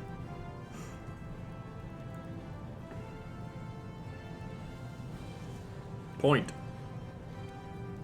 Point. Yeah, he did a point animation. Oh. I'm done with this, by the way. There we go. No, you didn't. Don't gaslight me. Look at. Are you looking at stream, or are you looking at the Shit. Discord stream? Oh, right. Wow, I switched over and I didn't notice. Yeah. No, my entire being is focused upon one thing and one thing only. Soon I will have one task for you to perform. Once done, I shall permit you to assist me during my ascent to the absolute pinnacle of alchemy. Autistic stare.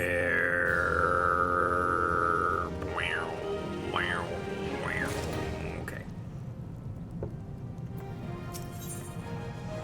Baleful Bruise. Guildmaster Severine wishes to once more gauge the progress of your alchemical mastery.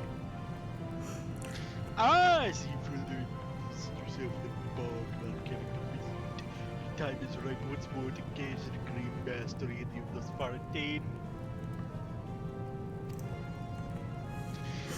As if by divine providence, a task suited to such a purpose has but recently landed upon my workbench.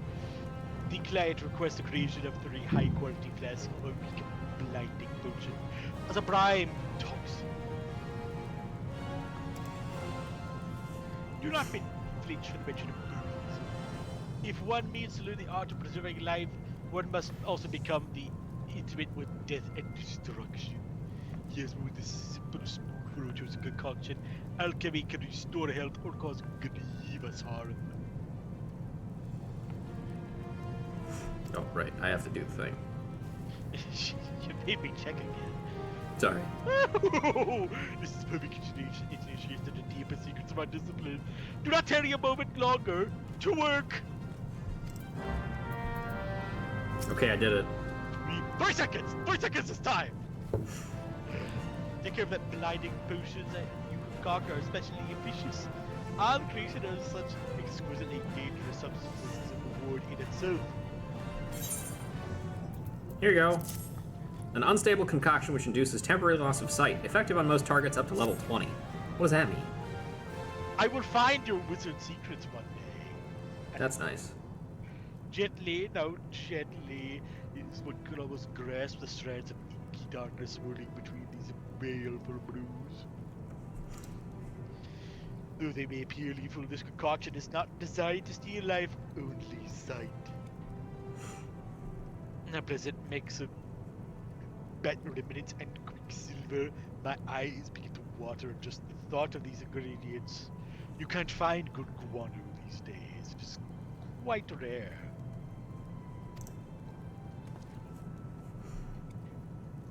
Such potions you have created hold the potential for all manner of dastardies.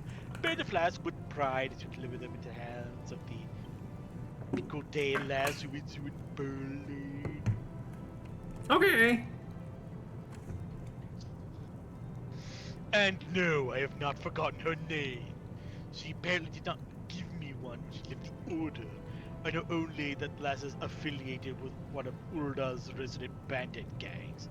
Why? Pretty now, let's not test their patience. Why are we helping the bandit gangs? They pay us. Yeah, okay, you know what? Sure works. Sure, whatever. Fuck it, what do I care? As you shouldn't.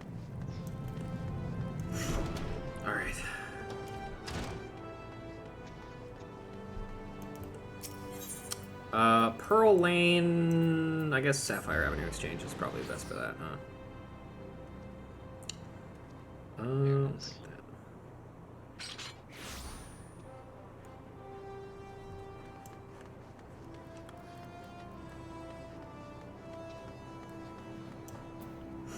Woobalea. You're the potion brewer Zavaki, are you? Let's have the goods then. Here you go.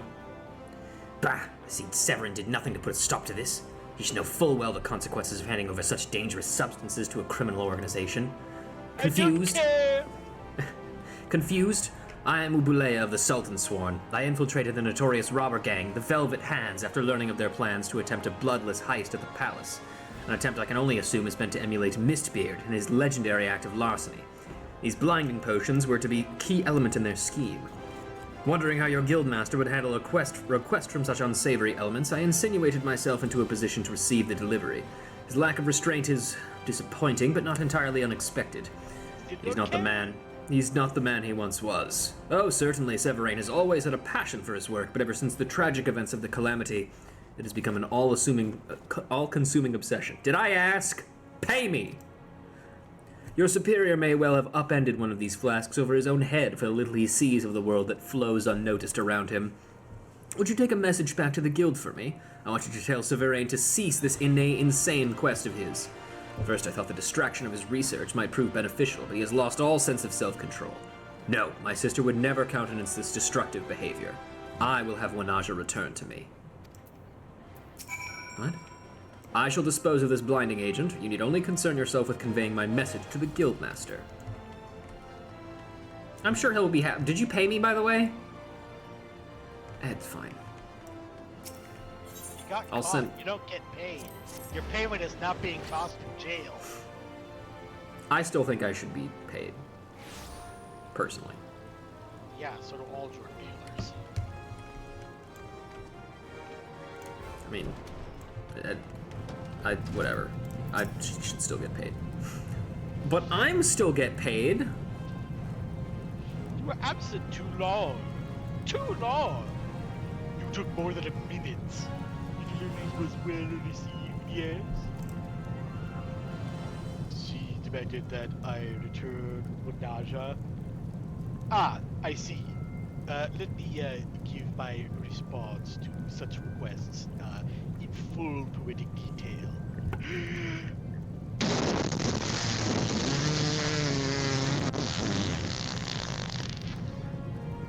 Wow. I see you have met the cold-hearted and convincing Ubella. Sure. I have not the slightest intention of giving up on Naja now. I must remain focused on a successful combination of my greatest experiment, so finally she might.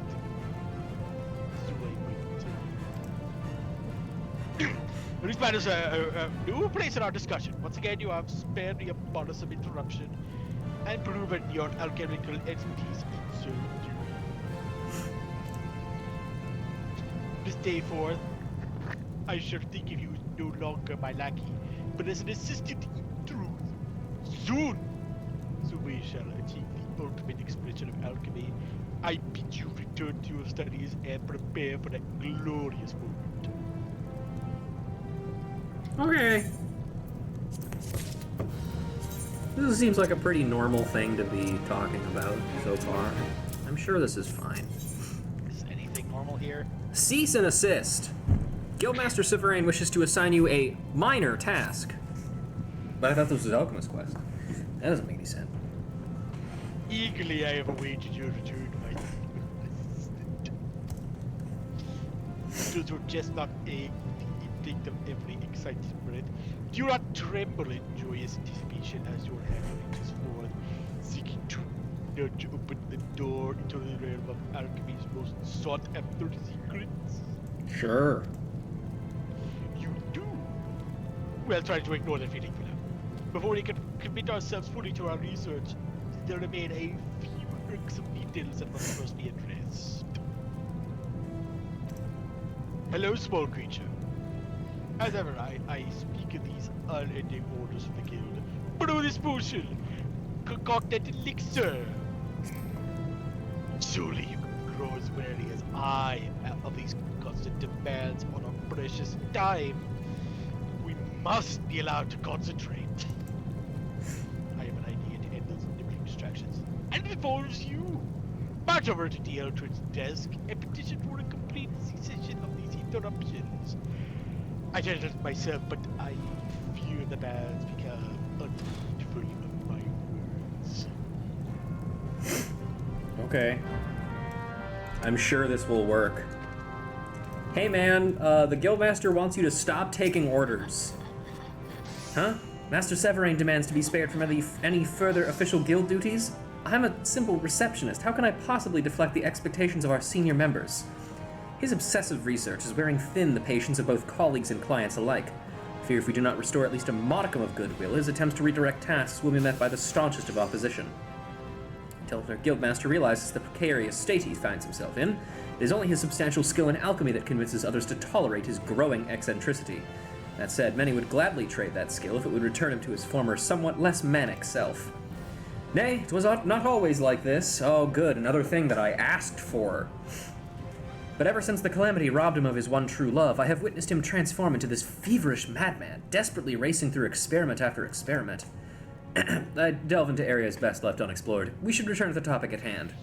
Of the various orders the guild's needs meet, one of the highest priorities for a request of vial of high ether commissioned by one of our more valued patrons. I would suggest you lend your focus to this particular assignment and create an uncommonly potent sample for delivery. Perhaps then it would be enough to satisfy both the patron and allow enough forbearance to free the guildmaster of other tasks. I hesitate to encourage this kind of behavior, of course, but I realize what Master Severain's work means to him. And I would be grateful if you could keep an eye on him. I fear for his well-being, and you are the closest thing he has to a friend. You hear that, buddy? I'm your friend. Did the hopeless bootlicker agree to my demands? No. Did you browbeat that Delridge fellow into submission? Sure. A conditional surrender. I suppose a single vial of high ether is a small price to pay. But it cannot be said that my assistant fails to deliver. In other words, not me. You will employ advanced and somewhat involved alchemical techniques to produce the elevated quality of high ether required. Best you begin at once.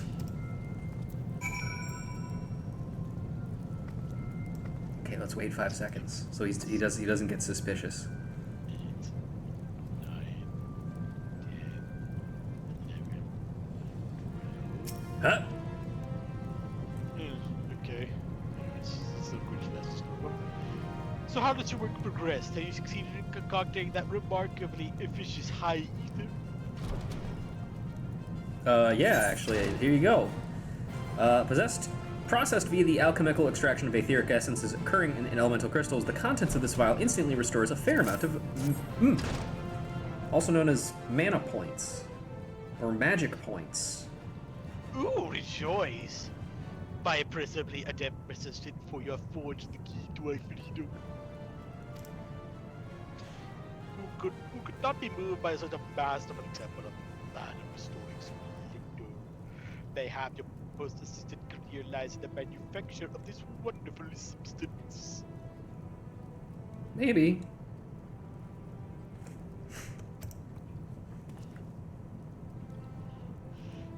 You would, I suspect, need to purchase coffers, and that they might overflow with coin, even among the alchemy's more incredible inventions. Manufacture of ether stands out as a singularly profitable venture. Oop. It is an innovation that changed the face of battle. Mages were no longer limited by their natural resources of etheric energy. A few swallows of alchemical brilliance, and a sorcerer could fuel another barrage of spells, and stay awake for another 12 hours. It cannot, of course, sustain the powers indefinitely, as we already have discussed.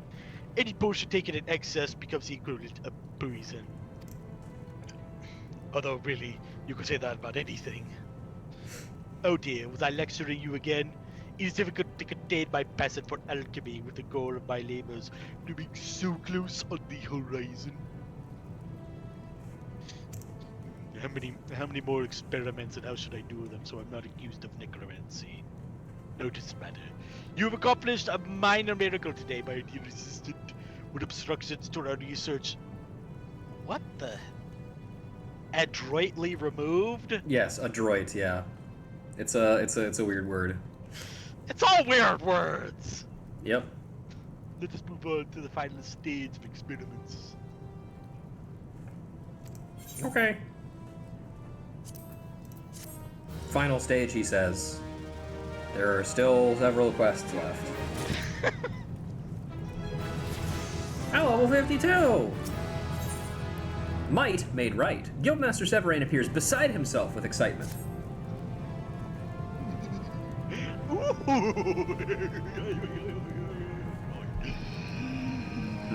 Okay. Not a good sign. So, where have you been, my tiny assistant? I feared I would have taken a plot myself. Did you bring the wine to this momentous occasion? Interesting and bright primeval alchemy in of itself, but still quite tasty to the palate. No? Well, no matter, let's not waste time with such extraneous celebrations. I have plenty of spice to them at home anyway. The ecstatic rush of triumph within my embrace has me sufficiently intoxicated, for I have at long last unlocked the secrets to the ultimate expression of alchemy. Speaking of this, have I told you the time I have conjured breath for the sake of storage of liquids? No? It is too long to go into. After countless hours of research and experiments, too numerous to mention, I finally hold in my hand the exact recipe required to effect my heart's desire. Have I told you the time I have failed to duplicate hands so I may work more efficiently? It was quite the painful amputation. Come, my astute apprentice. Together we shall swing wide the gates of alchemical history. You will aid me by concocting a share of necessary ingredients. You don't believe me? I have the graphs I taught you to prove it if you wish to see.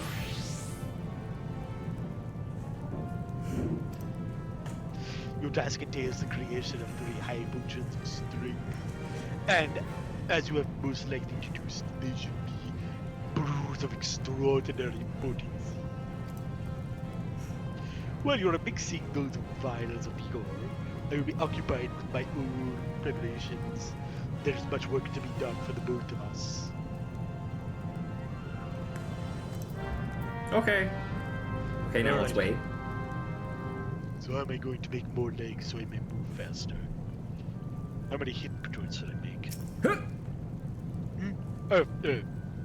Yeah. So I suppose you have those high potions of strength 3. Remember, only the most splendid samples are suitable for a process this demanding and delicate. Here you go. This concoction temporarily increases strength. Ooh. I shall have to improve the quality of the materials I prepared if they are to be successfully combined with yours. More expensive, but highly suitable.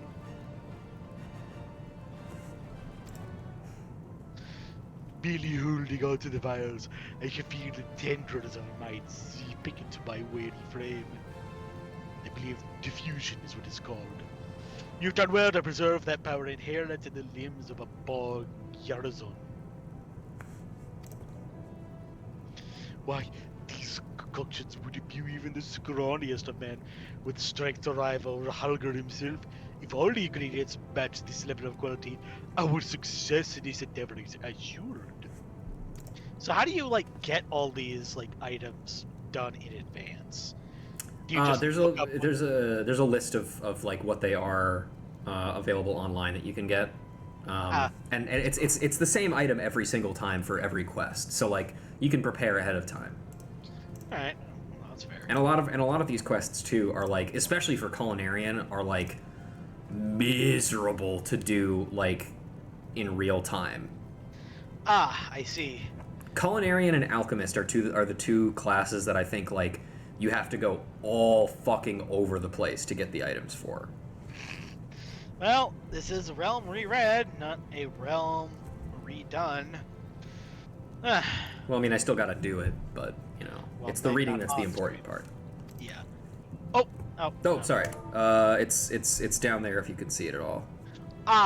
Did I perhaps fail to mention exactly what this most ambitious of alchemical processes this was intended to achieve? Well, rather than inconvenience both with extremely lengthy and technical explanation, it may be faster for me to simply exhibit the results. This is, after all, the culminations of years of dedication and sacrifice. Or as Otaku says, you can also have someone else doing these quests and making extra to hand off to allies. Exactly, like I did with the Culinarian quest for Bees, because Bees keeps a ton of Culinarian quest items on hand for all situations, which I don't know why, but, you know, just in case. I don't see that in chat. Oh. Yeah, there you go. Let's see. It may be well where my efforts will end in misery, but one must at least make the attempt, also for the endless guilt of inaction. The time for talk is at an end. I shall now begin the process. From this moment onwards, I must needs have the unbroken concentration and solitude. Your devoted assistance has been most appreciated. Aside from myself, you shall be the first to discover what the ultimate alchemical technique has achieved. Cool. In 2 quests, though.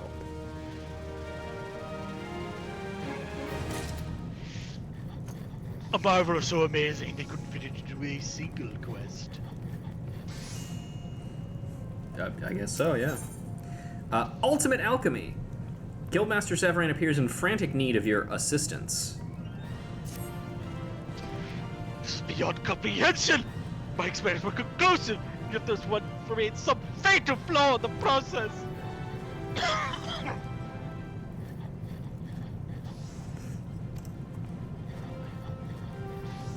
Where does the fault lie? The method, the materials, my interpretation of the result? Must there resort to thaumaturgy, wizardry? There are no such energies to raise not but a mockery of life! Ugh, what an utter failure! I must retrace my steps, start again from the beginning, no matter how many times it takes someone. I will see my alchemy succeed! Oh, I'm raising the dead, by the way. You, assistant! Bring me 3 mega potions. One of each of intelligence, mind, and vitality. They must be of unquestionable quality. Cannot afford excuses. I need you to... Please. But... I need your help. Oh boy. Something's up. Hey, I want to see something really quick. Nope, okay. The mega potion, Steve says it. Please, intelligence, mind, vitality! Interesting to fool me with some batch of mediocre marvels. Or DC Comics. This potent concoction temporarily increases intelligence, mind, vitality. Oh, I will not forgive them after that new 52 garbage. Yes! These are suitably superb as ever. All your work is swift, rise, and uncommonly brilliant. Black Scorpion disrupted one's wit. Arriva a membrane for the mind. My old grenade as to fuel vitality. Oh, the necessary components of the alchemical process I attempted earlier. The same that it is so abominably. On that matter, I offer my apologies. I was so unwaveringly confident in success that my failure put me in such a frenzy to gather such a new batch of reagents post haste. And to manage to defeat quickly, I could not do it alone. I was able, however, to prepare another incomparable mega potion of strength while you were at work on these petitions.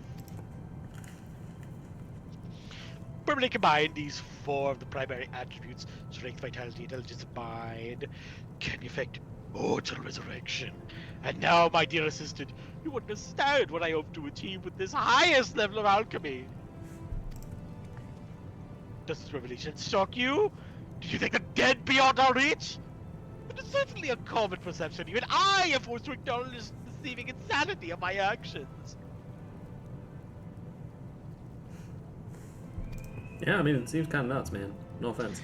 But I believe in alchemy's unlimited potential. It's caused my regret, and it's been a source of my salvation. I spent too long in this path to fear from it now. I didn't speak like this once. Do you know how long that was? No, I don't. Neither do I. Okay. Do you recall the time we spoke of Naja? He was the elder sister of Blade. The good date whom you delivered these abortions of blindness. Naja was my one and only love. She was taken from me during the calamity. That's a shame. But I will see her live again. I will not rest till the day I can tell her one thing she must know. I guess we are raising the dead. Cool. Hey man, are we raising the dead? Momentary miracle. Guildmaster Severin appears to have isolated the missing element in his work.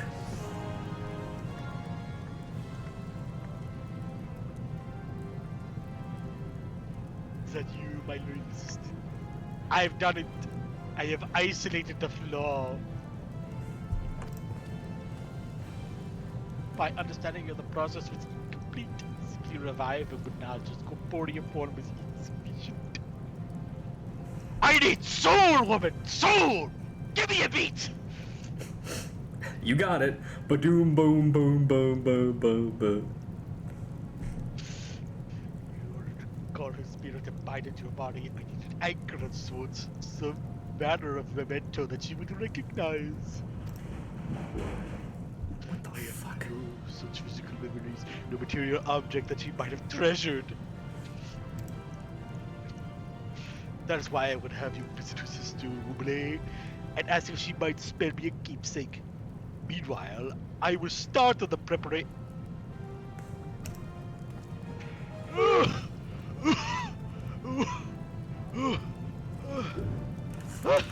Wait. Dizziness. Nothing more. If I must, I shall work in my sleep. It would not be the first time, but if all goes to plan, such exchange should not be necessary. The monkey will not get in my way again. Huh? Whatever. Alright, I'm sure this will work. Let's go talk to the cat. Well, I might as well see it.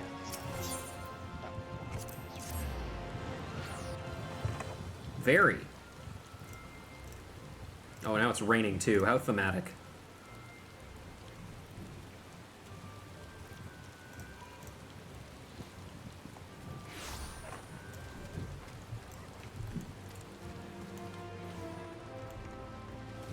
Hi. Severin needs something of Wanaja's, something she treasured, yet persists in this madness of his. I do not, as Severin believes, seek to forget my dear sister. There are still nights when I lie awake wishing I had the power to change the past.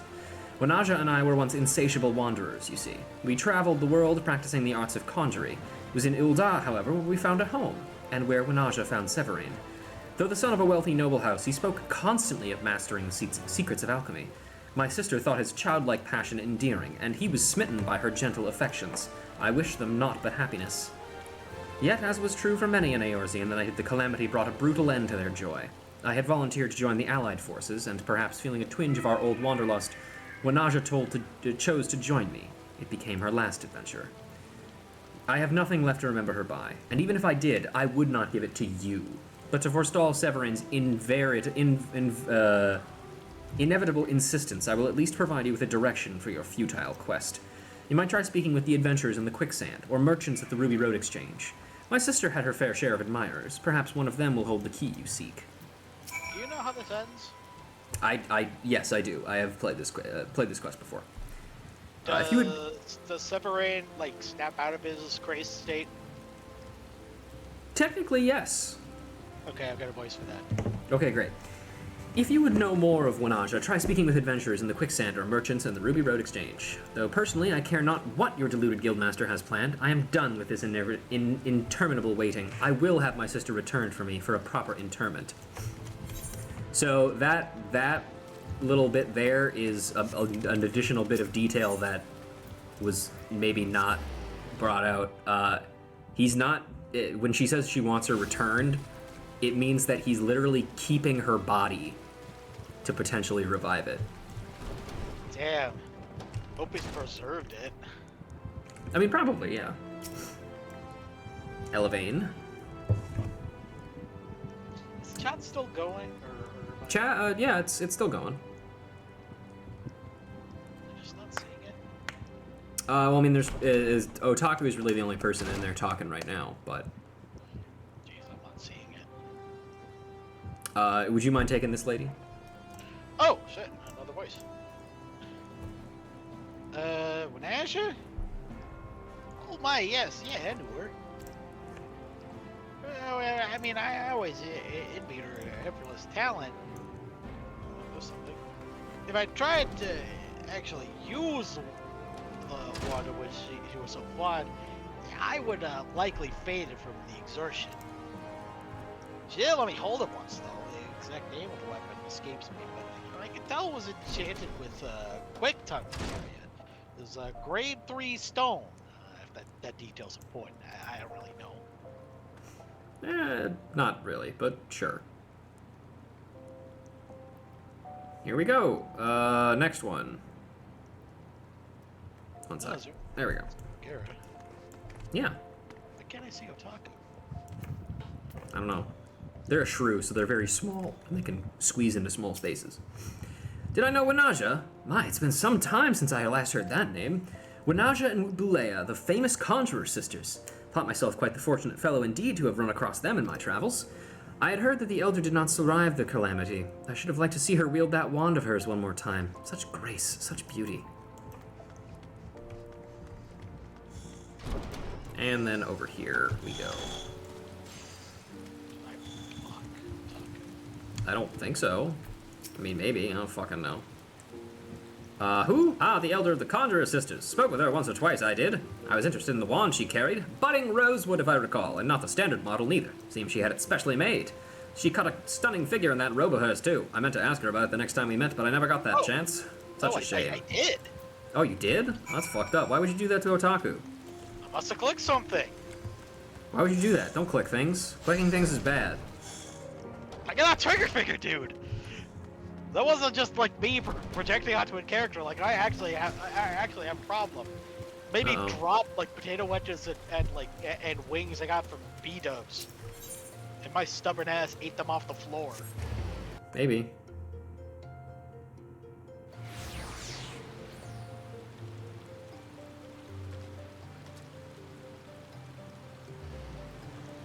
Alright. Back to Zivarain. And we get to figure out what happened, or what happens with this funny thing. No, that's you.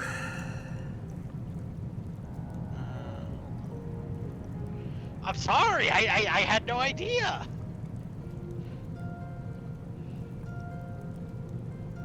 Okay.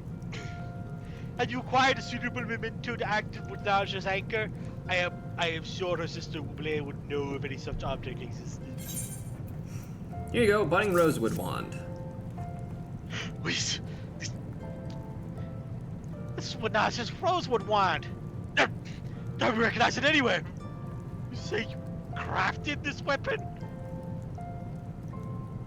Yeah. My would resisted. Truly, you are full of surprises. But my love, never heard this particular wand. It's similar enough to the original to serve our purpose. Yes, I can spend the remainder of the day and explain to you the underlying principle of these ethereal anchors. But let's carry on with this alchemy, shall we? Now we have all the necessary materials. And we'll once again begin the painstaking process. Stay with me this time, my patient apprentice. You deserve to see the fruits of our labor firsthand. Okay.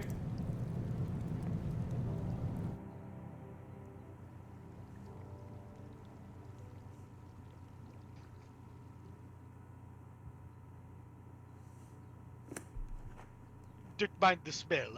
I honestly thought I could mask the scent of corpses with lavender perfume. Hmm. So this will either lead to a full new human or a unrepentant revenant. It's a gamble I'm worth taking, however. The components are in place. We should see a result within moments. Oh boy.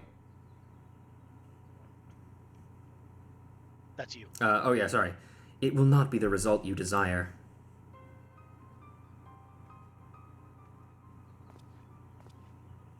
Buble!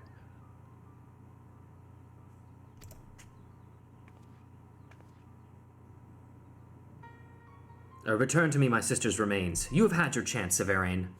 And my chance! I'm finishing it now! The process was a success. Everything went perfectly. Even now, Taj just struggles me for dents covered in grass.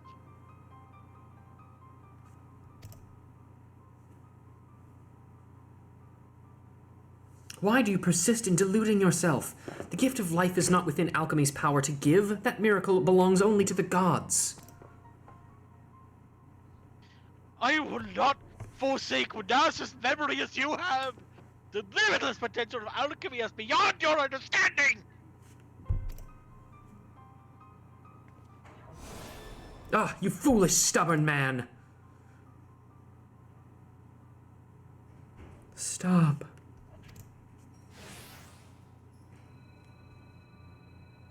Wow, it actually worked. Damn, that's crazy. Stop fighting. The both of you.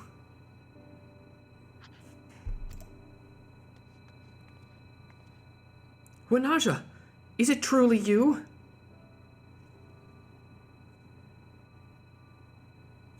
Oh, I need to click.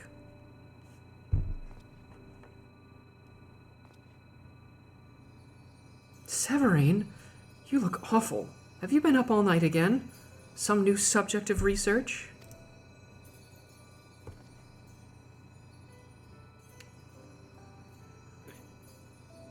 Oh, Naja, hey.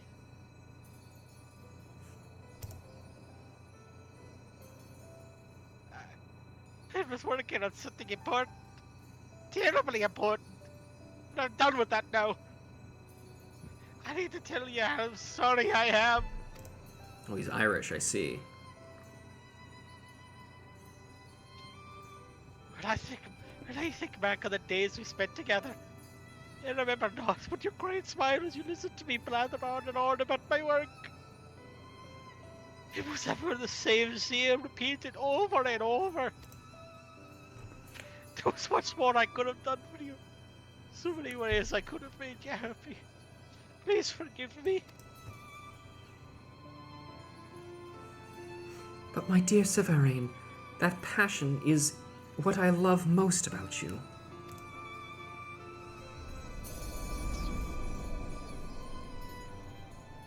Well, nothing to give back.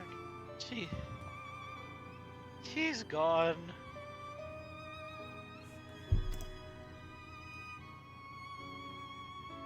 No. Oh, actually, I think, yeah, Not oops. probably. No. She'll never be gone. Not while I am here to remember her. Drop the stupid voice. Do you mind if Ublea has the wand? It's a poor substitute for his sister's body, but it's been touched by Vanaja's spirit. As for myself, my regrets have been laid to rest. I may even sleep in a bed this night. I have grown too many breasts and one too many hands to go at this another time.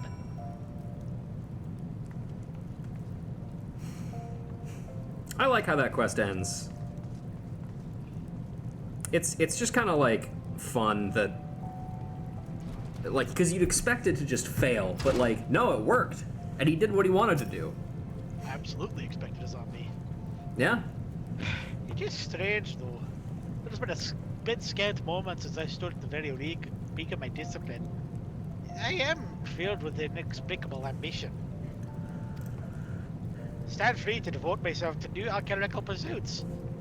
You may even consider assaulting a portion of the guild's commissions. That's crazy. Without your help, I don't know if I would have survived my obsession. You were, without a doubt, the finest assistant any alchemist could have. I thank you. Now that you've conquered this bounce with me, what will be your next endeavor? The realm of alchemy has no boundaries. Possibilities are endless. Especially that wizard shenanigans you've been doing. You still I don't know ain't what you're talking convinced me about. I didn't do that. I'm on to you. You ain't onto shit. You don't know nothing.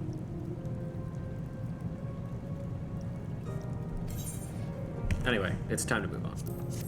Hooray, we did it! Alchemy complete. Nobody will ever do alchemy ever again. Hooray!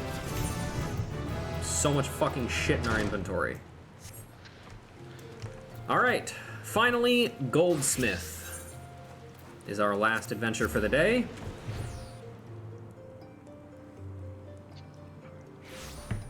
Alright.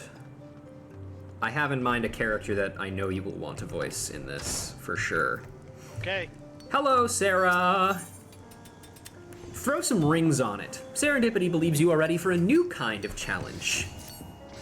I'm so sorry, sir. Please don't... Oh, it's only you, Ruja. For a moment there, I thought my heart was about to fail me.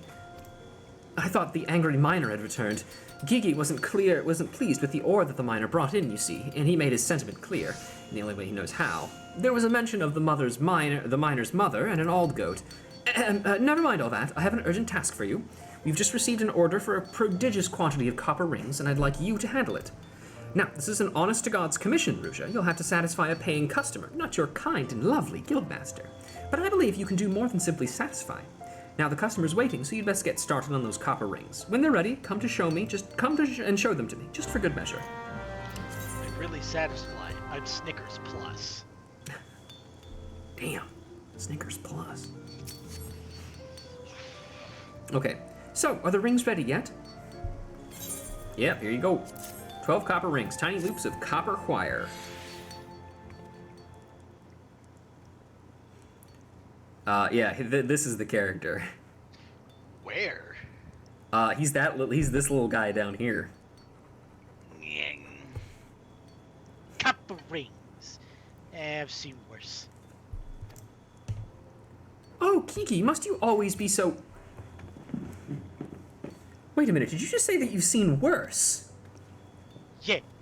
Ruja, that's as good as a compliment coming from him. I mean, when you consider what a scathing critic he usually is, perhaps the fact he's not saying anything more insulting is a sign he likes it. After all, he's caused your previous work utter garbage and an affront to the gods themselves. I half expected to call him to call these rings abysmal failures. Oh, I should probably take this opportunity to teach you a thing or two about what you make. Copper rings are, rings made out of copper. They can be used to make chains and, chainmail. Probably knew all that. Anyway, Ruja, I would like you to deliver these rings to the client personally. I would handle it myself, but I believe it's very important that you learn how to deal with customers firsthand. The client is a sultan sworn named Robert, who shall be waiting outside the guild right about now. I told him he could wait inside, but he didn't want to distract the goldsmiths at work. Not that I would mind a distraction like that. Okay, I'm gonna judge this guy's handsomeness. Man, you just made some onion rings and dropped them on the table. Hey, Rob. I guess, do you want to take this one? Yeah, goldsmith, aren't you? Did Mr. Serendipity send you? Yeah, here you go. Copper rings, sir. Yes. Ease yourself nicely. Giving us some time from harvest perilous business, you see. And we so could never have enough supplies to keep our equipment in serviceable condition. You made for serendipity the fact you expect full payment soon. And I send her my full disregards. What does that mean? Anything else to say? And you remember to send Mr. Serendipity my full disregards. Thanks again for the couple rings. Sure. Hello. Love that little dude. Welcome to the Goldsmith Guild. How did it go, Ruja? What did he say about me? I mean, your work. Oh! Anyway, seeing how your very first commission went, I have high hopes for those to come. In fact, why don't you speak with Eustace down at the Quicksand and see what work is available for a goldsmith? Yes, I believe you're ready to handle commissions independent of my supervision. Take yourself to the Adventurers Guild and try taking on a task or two. No. Objectively speaking, Serendipity appears to be in great distress. You would not believe what just happened, Ruja. Gigi touched my bottom! I was assisting one of the goldsmiths when he reached out and grabbed it without warning. Then he has the gall to say that my bottom lacks sufficient shape and tone. I feel so violated and insulted. Glad Robert wasn't here to... Oh, that reminds me, Robert was back again with another commission. This time he wants a pair of fang earrings and a brass gorget made. And not just by any goldsmith, mind you. He specifically requested the artisan who crafted the copper rings. That's you, Ruja. He must be really impressed by your work. When the accessories are ready, pray present them for my inspections. I want to ensure that Robert's completely satisfied. Don't read into that too much. How are the earrings and the gorget coming along? Just like grab ass with her? Yes. He's a really, really, really old malfunctioning robot. Yeah. I don't know. Convenient excuse. How are the earrings and gorget coming along? I don't want to keep Robert waiting. Here you go.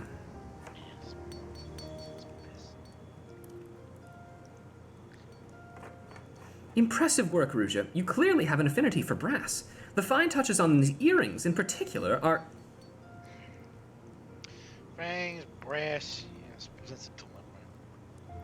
I should not like these items, but they feel fresh. Your numerous mistakes were taken together give them endearing quality. Yeah, I'm reminded of Serendipity. Her meager bosom and her untoned buttocks are... What the fuck, man? Gigi, I'll have you know that my bosom is quite ample, and my bottom is as firm as it can be. I simply don't wear clothing. What is his problem? I don't know. Wait, this has nothing to do with anything, and I refuse to be a party into a debate over my own body parts. We were talking about the earrings and the gorget you made, Ruja. Both called for brass, which is more useful than you may realize. While this isn't the fanciest metal around, it can be made to resemble gold in appearance if shaped and polished well. And despite Gigi's comments, I believe you've done an excellent job. Robert will doubtless agree. Since he requested that you make these items, I suppose you should be the one to deliver them. You'll find him outside, as before.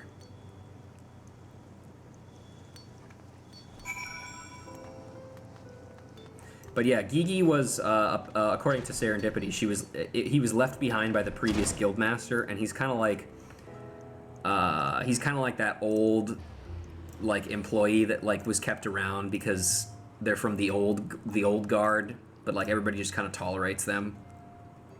But also they are amazing because good at their job. Robot. Yes. And as Otaku says, you don't want an ample bosom, Serendipity. Big tits suck to have. I don't know. I'm thin as a rail. I wouldn't know. I do not have ample bosom. Anyway, your turn. Oh, good to see you again, Ruja. Taking the earrings and the gorget already. Yeah, here you go. Boy, the gods! This craftsmanship is exquisite. Scares me, Ward. No, but I ought to be admired. So no wonder that Serendipity was named Guildmaster at such a young age. She is a woman of incomparable talent. And a rare beauty besides. What, it was you who crafted these? Well, blow me down. This is an unexpected development. Well, I ought to keep my eye on both of you and your lovely Guildmaster. Why, thanks, Ruja. I'm not interested in you, bro.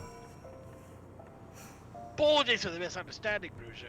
I'll be sure to request your by name next time. Oh, do tell your lovely Guildmaster that I look forward to seeing her again. Good, that means you won't accidentally knock things off the counters with your tits. Yeah, not like Mia Fey. Big titty lawyer, not knocking legal papers off the desk with her big naturals. Well, He thought it was my handiwork. I don't know what to say. For a customer to mistake your work for mine speaks to your growth as a goldsmith. At the rate you're improving, I can only imagine what customers will be saying about you years from now. Hopefully not talking about your bosom or your ass. A melding of the minds. Serendipity would like to resume giving you proper lessons. Ruja, oh gods, you should have seen it. It was glorious. Golden brown apple tart, freshly baked by a Bismarck-trained chef. I was saving it for an afternoon snack, but the moment I turned my back, that little terror ate it. Geeky ate it. Mammoths can't even taste food. And then he had the nerve to criticize my diet, saying it would lead to further deviation from conventional standards of beauty. Gods, I just... You are complaining about my ass, and you're taking away the thing that would make it fatter. You know, that's a good point, actually. Bitch. You was a He is a bitch. Pardon my outburst. That's not why you're here. Keeping your skills sharp, I trust. You know, it occurs to me that the past 2 tasks I gave you weren't proper lessons. How about I teach you something new? Does Gigi even have a stomach? No, he does not. I assume that... I don't even know if he has a mouth. How did he eat it? He didn't. He just jammed it in there just to ruin it. Sure. What do you know about materia? Wait, don't answer that. Even if you're familiar with it, 'tis my duty as Guildmaster to instruct you in its applications to our craft. So let's review the basics. Materia are special crystals you can use to enhance the properties of items. Now, attaching these crystals requires an artisan's touch. So for this lesson, I want you to attach materia to an item. Not just any item, mind you, but a staghorn staff, which I would have you craft yourself. This particular staff may prove difficult to construct, if only because the requisite horns must be cut from antelopes, which are not native to Thanalan. If you wish to purchase some, you might have some luck searching over at the Sapphire Avenue Exchange. If that doesn't yield what you seek, a trip to Gridania may be in order. There are numerous types of materia out there, but it's entirely up to you which you use. I'm only concerned with your ability to attach it, after all. Oh, and I almost forgot the most important part. If all this talk of materia makes absolutely no sense, you could go to Central Thanalan and learn from Master Mutamix himself. Though to be honest, I didn't understand a word he said. No questions? Splendid. Off you go, Ruja. I did it. How goes your endeavor to attach materia, Ruja? Here you go.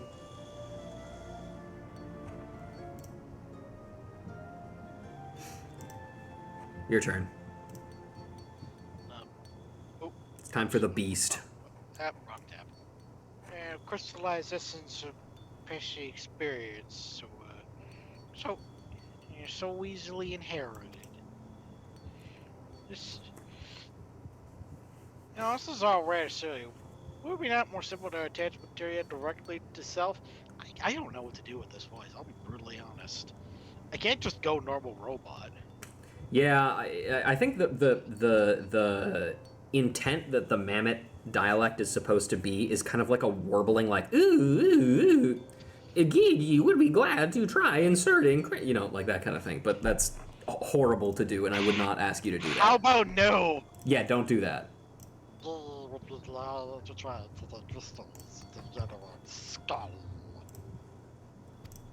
Gigi, what the fuck? No, bad Gigi! That isn't how materia works! Oh, please don't misunderstand him, Ruja. I'm certain he means well. Maybe. I don't know. As for your staff, it's very well made, and the materia is perfectly melded. Nicely done. Perhaps you're wondering who would prefer a staff with a headpiece of bone over one studded with jewels. Well, the thaumaturgists prefer such equipment. Fangs and horns are the weapons of beasts used to kill and defend. Few materials are better suited than these for channeling the dark arts, or so I understand. I'm the furthest thing there is from a trained thaumaturge, but even I can sense the arcane magics residing within this staff. Anyway, I trust you've learned something today about the importance of searching the markets and how to handle materia. I hope this knowledge serves you well in your future endeavors. Maybe, who knows?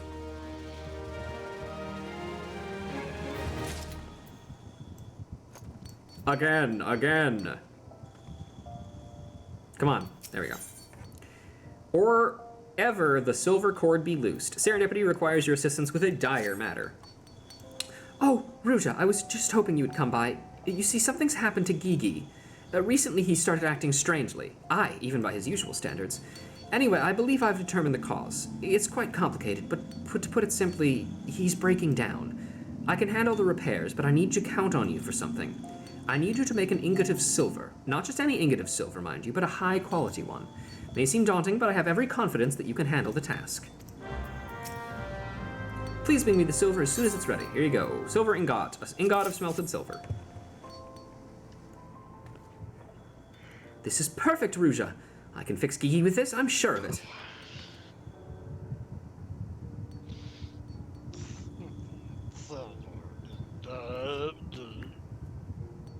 forced to accept from Greenhard. Sorry, Poor Gigi. He's like a completely different person. Yes? Are you sure? Are you sure? What? Not that different from usual, you say? Wow, your character even says it. Well, it may seem that way to you, but I can assure you he's quite out of sorts. Anyway, silver was historically prized for its beauty. Ancient peoples even believed it possessed magical properties. Although they did not completely understand the natural processes involved, they were in fact correct. It's difficult to explain to someone without an extensive background in the relevant fields, but let's just say that silver is really, really good at channeling ether. For this reason, silver is the material of choice for making a mammoth's precision parts. Thankfully, the component responsible for Gigi's erratic behavior is within my ability to craft. But gods forbid that his core should ever be damaged. Oh, the core? It's like everything that makes Gigi himself. His memory, his personality, his soul, really. When he was first built over a century ago, he knew nothing. But by assisting guildmaster after guildmaster, he's come to possess more wisdom and experience than any living goldsmith. That knowledge, and the gentle soul that carries it, are our guild's greatest treasures. I take it you didn't realize just how irreplaceable he is. Believe me, it's been a great comfort having him around. And thanks to you, we can continue to rely on his counsel. I wonder if bringing up the core was relevant to the future quests. Probably not, though. Give it to me. Come on, Sarah. Come on, lady. There we go. Serendipity now. Serendipity needs your help to resolve an unfortunate situation. Ruja, something awful has happened. It's Gigi. Instead of behaving better, he's acting even worse. A traveling merchant was here not a bell ago to discuss a potential contract with us. In the midst of negotiations, Gigi commented on the man's jewelry, claiming that such tawdry baubles are beneath even a Leminson whore. Wow. I can hear some stuff coming from your mic, by the way, Tom. Sorry, something looked important. Okay. Unsurprisingly, the man became quite upset and stormed off. Our members understand that Gigi can be a harsh critic, but this foreign gentleman, Roroton, was visiting us for the first time. If it were a guild member, we might have overlooked the incident, but he was a potential business partner. Gods, this is a disaster for the guild. We must make it up to him. Throw him away! He's got too much knowledge. They can't. Can you help me, Knowledge Rusha? of what? Scour the brain! Before Gigi offended him, we were discussing a bulk order of malachite... Yes, malachite earrings. By way of apology, I'd like to gift Roroton with a pair of these, the finest we can craft. If the gods are good, he will forgive us for the incident. You're one of our best, so I'd like you to craft the earrings. When they are ready, please present them to me for inspection. They're ready. Are the earrings ready yet? Yep, here you go.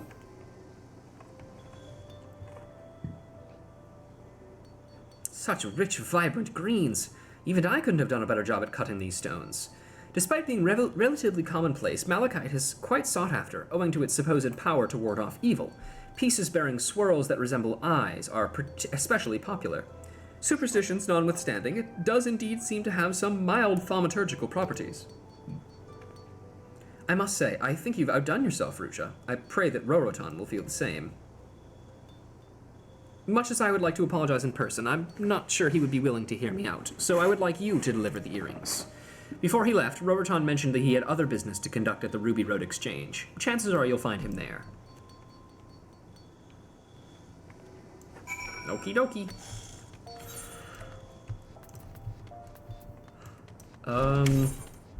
It'd actually probably just be easier not even to use the etherite, just walk over there.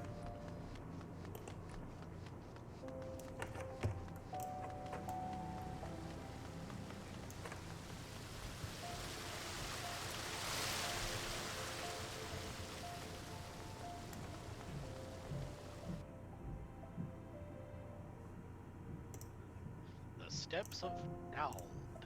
Yes.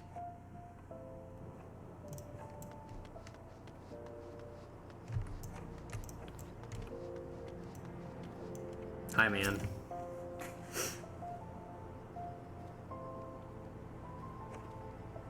Your turn. Oh. Yeah, if you wouldn't mind. Oh, gods. Not a guild goldsmith. Let me make myself clear. I just wanted to discuss a potential partnership. I do not know what I have done to offend your guildmaster assistant. But I understand that I am no longer welcome. Now please leave me in peace. Here, man. Maybe this will make it up to you. Really, I don't want to hear it. Just leave me. By the 12. Never seen such fine craftsmanship. From these two serendipity? I'm speechless. I never imagined the guildmaster would go so far to personally craft. Wait, you are the one who crafted these? Not the fair guildmaster? Well, the gods do indeed work in mysterious ways. I don't believe I properly introduced myself. I am Roroton, a traveling entrepreneur. I go wherever opportunity beckons, buying for a guild and selling for two. Which is how I used to play City of Heroes with their market system. Long have I Classic, playing the wandered. market boards. Yep. Long have I wandered the realm in search of fine accessories, as well as a talented goldsmith who craft them. And you are precisely the sort of artisan I endeavour to meet. I'd be honoured if you allowed me to purchase more of your fine merchandise. Permit me to sell your wares, and we both will be wealthy in no time. But forgive my impetiousness. You are a guild goldsmith, and I must go to the proper channels. Very well, I'll meet with Mr. Serendipity once more. And please give my card to your guildmaster and inform her that I shall contact her again soon to resume contract negotiations. Who's God? Okay. Who's Godbert? Otaku mentioned it. Oh, Godbert is the most powerful goldsmith known to man. Wow. I'm gonna use the bathroom. Am I gonna be needed in the next few minutes or so? I don't think so. I should be able to handle everything just fine. Okay, I'll be back.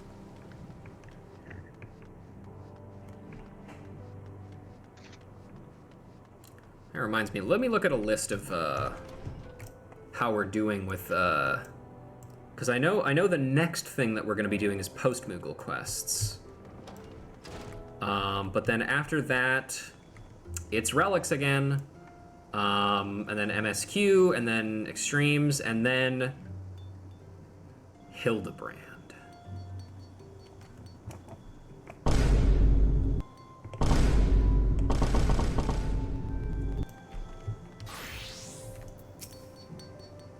Welcome back, Ruja. While you were gone, I performed some basic maintenance on Gigi.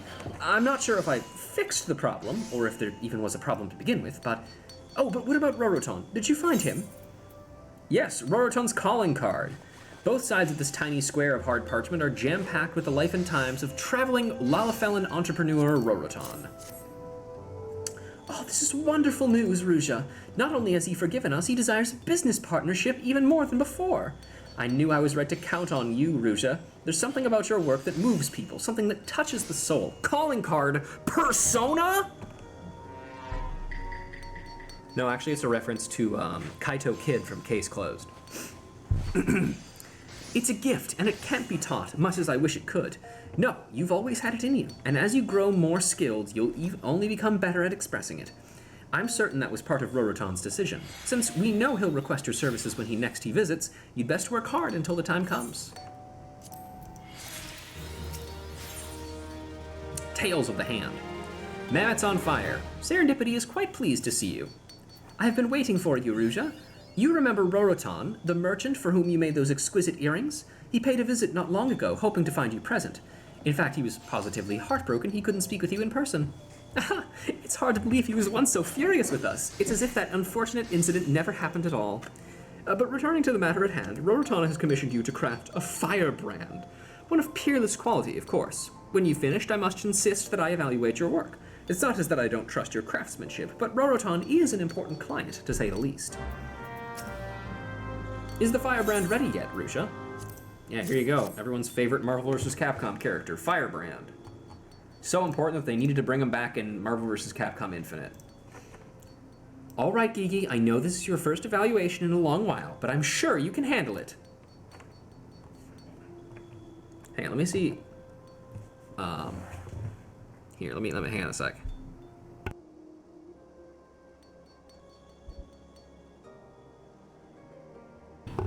Firebrand.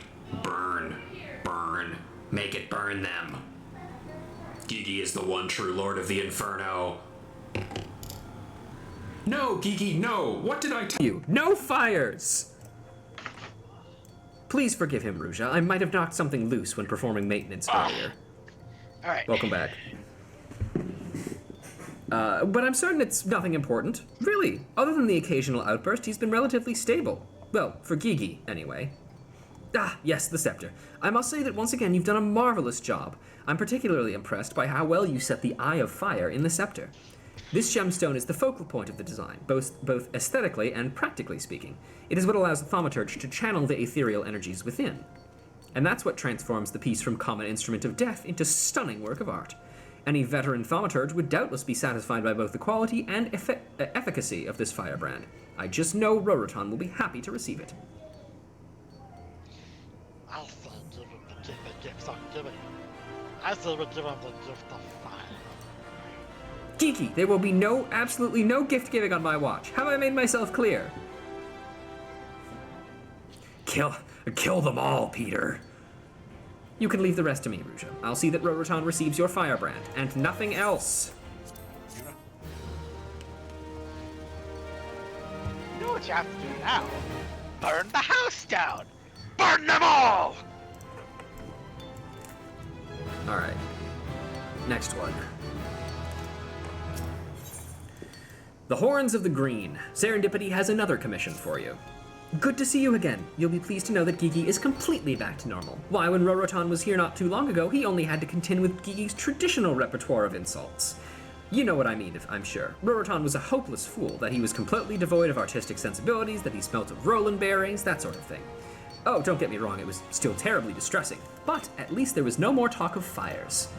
Anyway, as for why Roroton was here in the first place, he wished to commission you once more, this time for a horn staff. It goes without saying that he desires of the highest quality, so bear that in mind before you present your work to me for inspection. Good luck. Oh, have you finished the horn staff already? Yeah. Merry Christmas. Merry Christmas. There you go. Staff.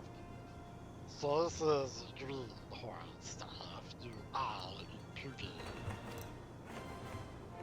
Perhaps green horn is finally outgrown our title. I must give it a suitable one. Something that acknowledges your recent growth, but still conveys disdain for the majority.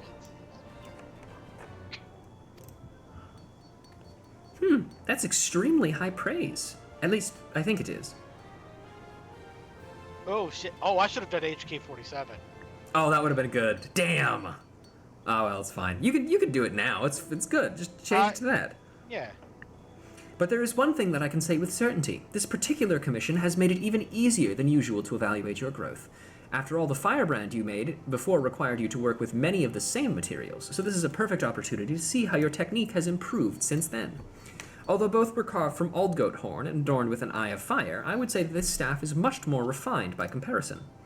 The wolf fangs flaring from the tip are the coup de grace, not only strengthening the thaumaturgical properties of the weapon, but also improving the wielder's ability to cut an imposing figure. Why don't you deliver this commission to Roroton at the Ruby Road Exchange personally? It's been a while since you last met, so I'm sure he'd be happy to see you. Sure. And at first I tried to do like Donkey, then I tried to B1, but no, HK47. Yeah, HK47 would be a good pick for Gigi.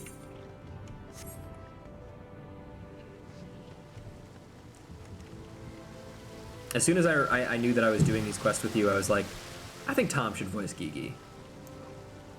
I think that's a good choice.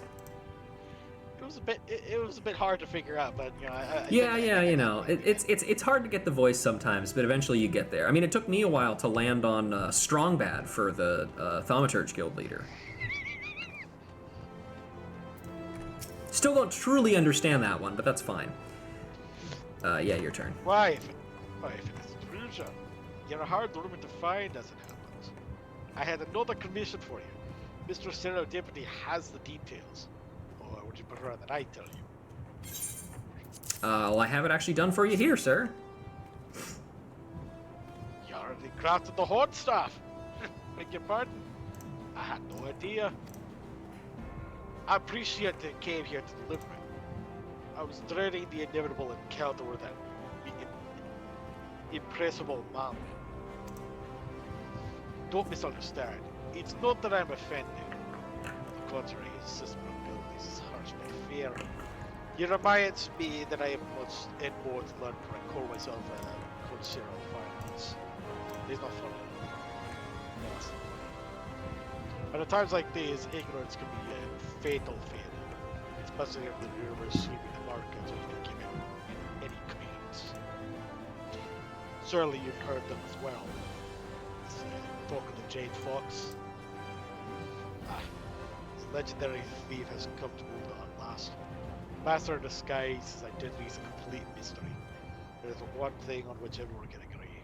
It's the lust for fine jewelry is insatiable. So you must understand why a merchant like me would feel ill at ease. There's no greater enemy than the industrious businessman than a dastardly thief who would steal his wares from compunction. You and your fellow goldsmiths should take care, in fact. You would not surprise me in the slightest that Jade Fox would turn his intentions toward you. I totally forgot about this little detail. Do be careful, Lucia. This Jade Fox character is out there somewhere. Either one of us could be his next target. I keep thinking of Jade Fox as a statue rather than a person. I mean, that's probably the idea it's meant to embody, at the very least.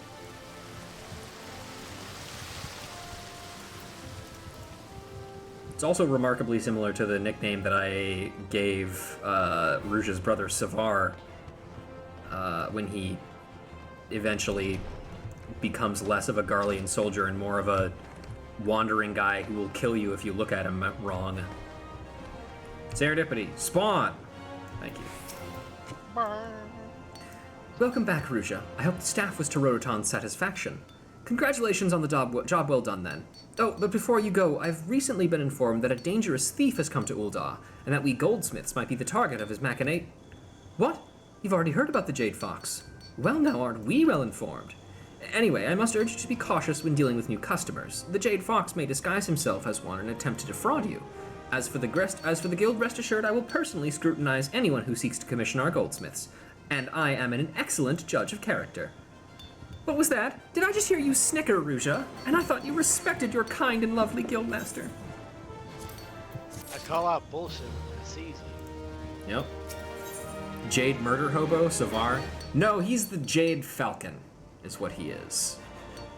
And I picked that because I was like, what's the furthest animal from a rabbit that I could possibly associate with? And then I'm like, oh yeah, that thing that viciously murders rabbits in Watership Down.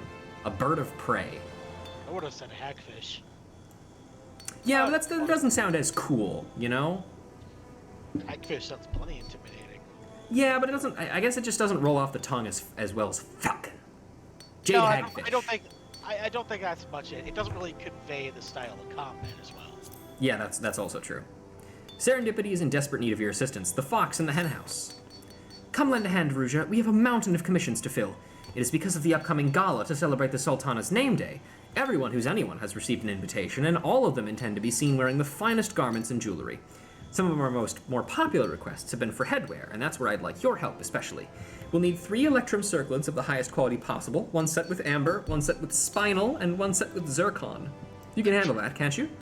And if you're at all curious as to why I'm giving you this particular commission, it's from Roroton, your biggest fan. He's acting as the middleman for many of our transactions, you see. I knew he was ambitious. No, you're crazy. But I never expected him to rise to prominence so quickly. He's become the talk of Ul'dah High Society, what with his impressive knowledge of the fine arts and his talent for obtaining anything his customers desire. Uh-huh. No, couldn't be. Anyway, of course, what you are most unaware of is his talent is largely dependent on yours. In case you've yet to realize it, your creations have helped him build his reputation. You haven't let him down once, Rouge. So don't make this the first time. Be the best goldsmith you can be and bring me the circlets when they're ready. Remember, Roroton requested 1 circlet set with Amber, 1 set with Spinal from Killer Instinct, and 1 set with Zircon.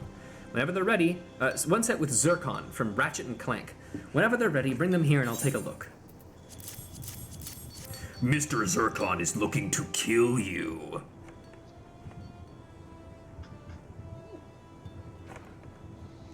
It's Gigi time. I know. Let's hear your HK-47. What's the word? Statement? Littling statement. Electrum circuits. I will not bore you with flattery, Greenhorn. I will simply state that you've done well. You will not permit Gigi to fill your head with materia that you are not deign? Yeah, Dane. Deign to fill it with praise, faint or otherwise. That's awfully petty of you. These circlets certainly deserve more than that. Take this 1 set with Amber. Now, Amber isn't a gemstone in the traditional sense, since it's composed of fossilized resin and not a mineral. As a result, it requires different techniques to bring out its true potential. But you've managed to do just that, creating a piece which is both pleasing to the eye and beneficial to the wearer, especially one who wishes to more effectively channel his earth magics. In contrast to the natural vibrance of Amber, the Mr. Zircon in this circlet imparts a sense of wisdom and worldliness, as well as a ray gun that comes out of your arm. Of course, it also improves one's affinity with ice-aspected ether. Now that I think about it, Mr. Zircon is not unlike ice in that the presence of impurities can radically alter its appearance. As for this circlet with Spinal from Killer Instinct, I would say it strikes me as a symbol of pirate skeletons, like confidence and power. Though perhaps I'm only saying that because I know Spinal is elementally aspected to lightning. You've brought out the best... I shall interact with these meat bags as I so desire, as I do with you. That's nice. You've brought out the best in your materials and crafted 3 different yet equally magnificent circlets. I would go as so far to say that you've attained a level of skill rivaling that of our best goldsmiths. All that's left is to you to head to the Ruby Road Exchange and deliver to them to the definitely not a thief Roroton. Actually, I should take that back. There is one more thing you should probably attend to. Do you remember our friend from the Sultansworn, Robert? He was just here asking to speak with you. I must confess, I am somewhat jealous of this special attention. In any case, he should be returning any moment, so perhaps you will find him outside. I have no idea what's on his mind, but you might as well speak with him before making your delivery to Roroton.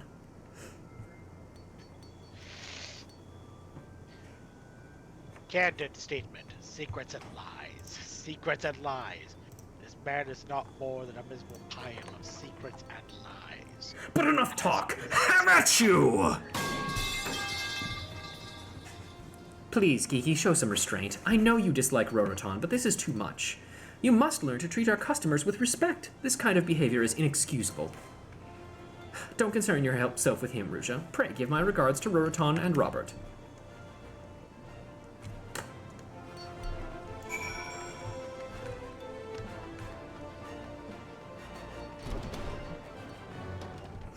What's up, Rob?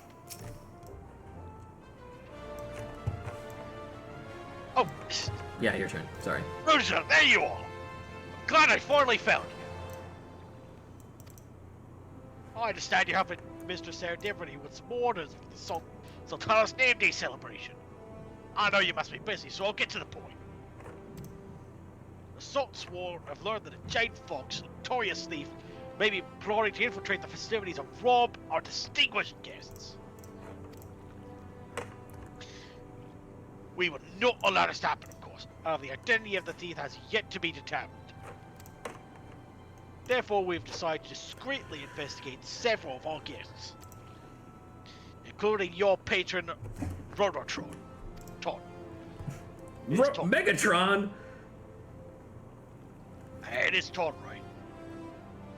Well, I ain't been saying it wrong sometime, have I? No. That's He has no ties to the 77 caravans or any other major trade organization. We can find no relatives, and our activities prior to his arrival in the city are unknown. You met with his so-called merchant several times and filled numerous commissions for him, have you not? Yet I wager he has shared little, if any, personal information.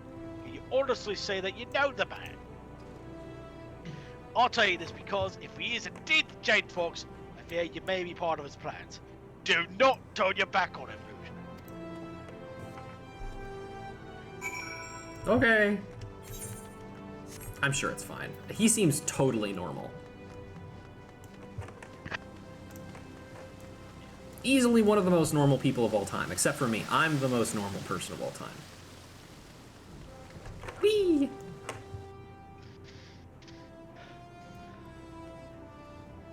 Where are they adding skateboards to this game?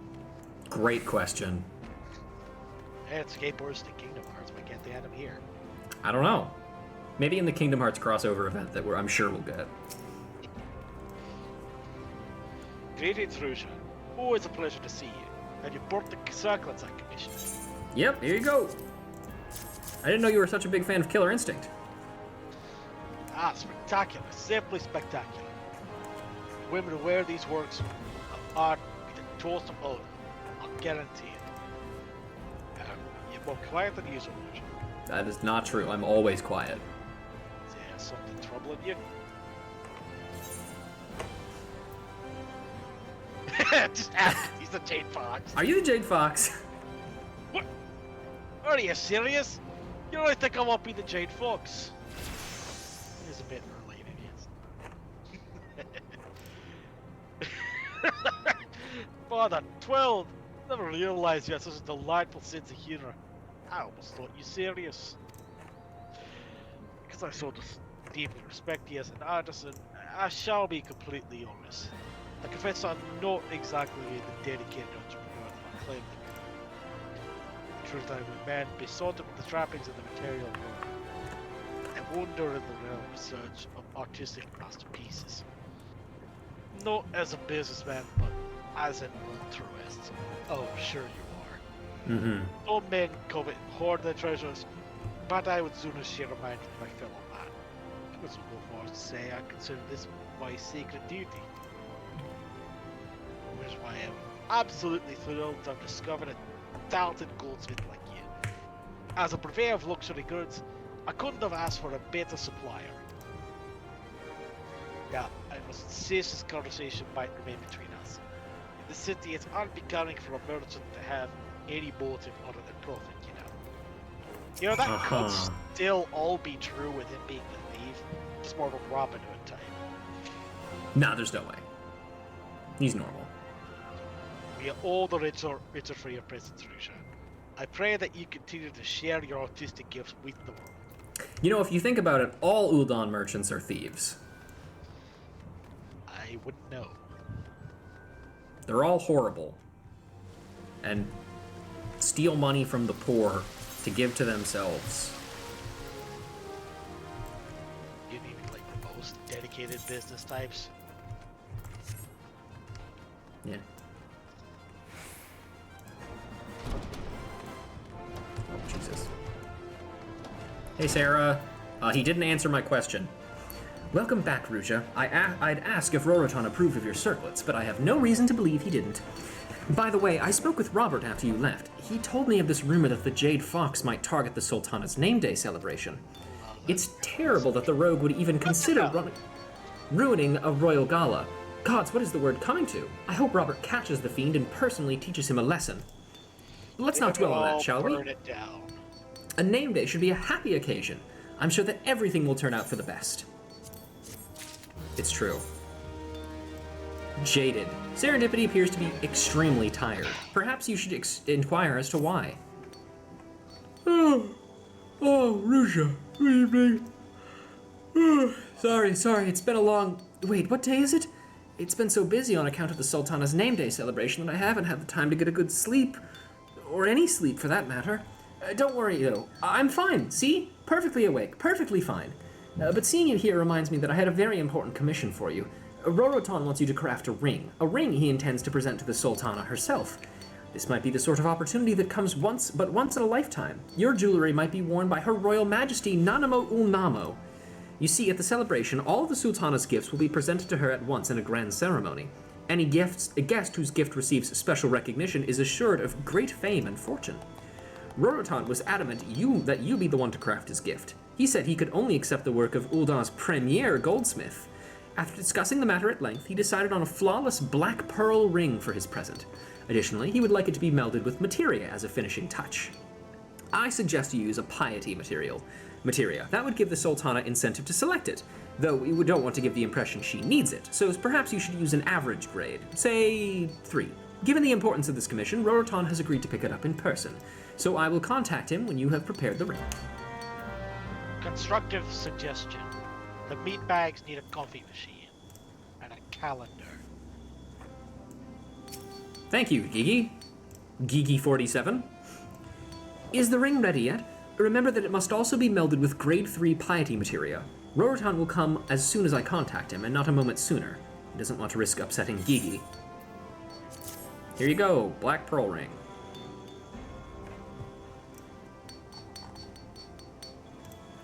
By the 12, this is fabulous. I'll let Rorotan know at once. It's more beautiful than I could ever imagined. The color, the shape, the luster. This ring is fit for royalty.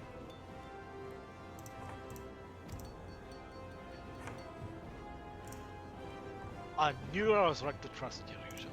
This ring was surely made her grace's approval. Stop right there, Rotron! This mama's farce ends now!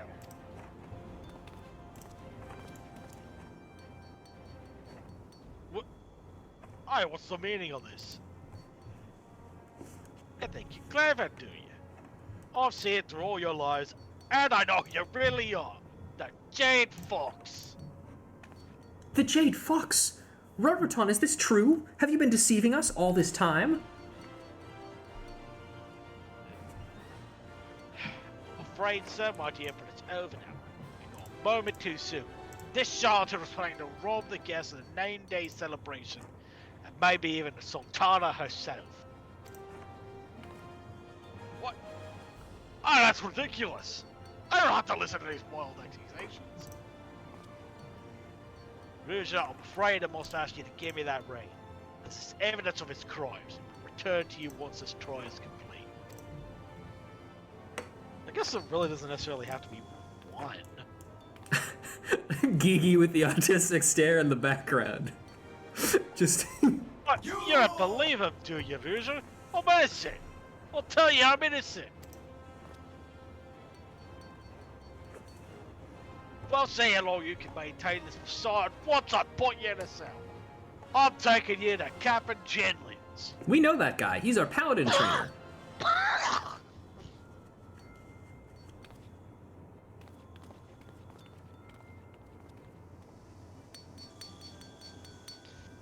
Candid statement. Secrets and lies. Secrets and lies. He takes them to death and sorrow to Pearl Lane. Sarah, what the fuck was that? I still can't believe that Rorotan was the Jade Fox. Can you, Gigi? Gigi? Gigi, where are you? Egats, Ruja, I think he might have run off on his own. I heard him muttering something about Pearl Lane. We should try searching for him there first. And by we, I mean you. My life's not the spot. You go do it. She's got a point.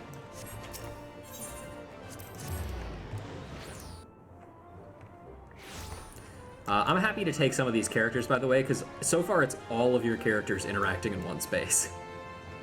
You could do that. Unless you specifically want to. I feel like I might as well. Oh, you can take Gigi. I like doing the Aussie for... Oh, I know what this scene is. I was wondering if we were going to get to this, but I couldn't remember if it was a different quest or not. Oh, I'm so happy. Hang on, I gotta think about what I want to do for this. Oh, okay, I got some.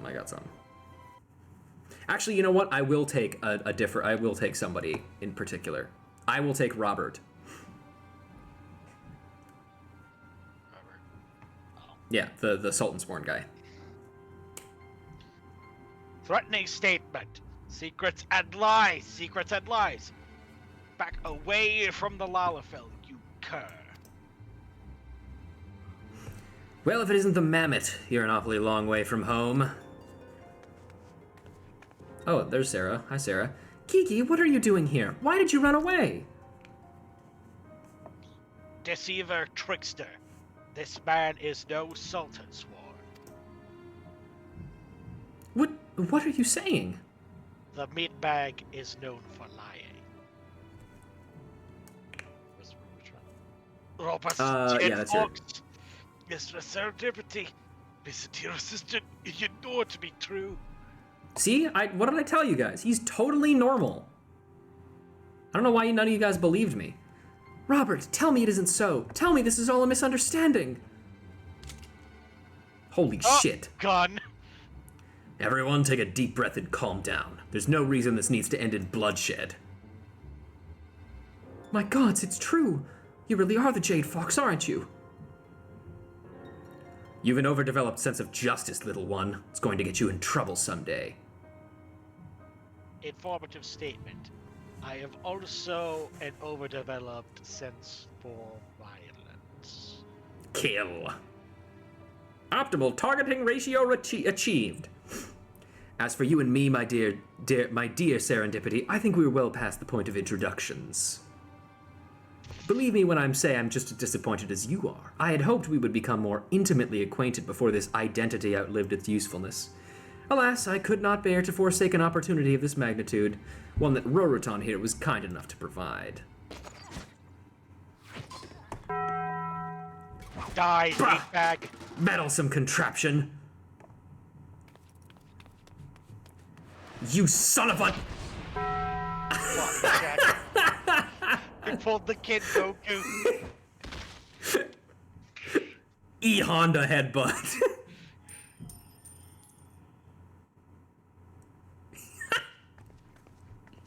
So funny.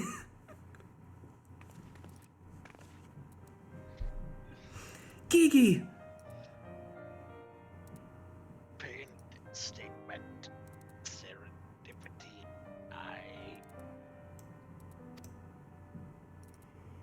Gigi, no!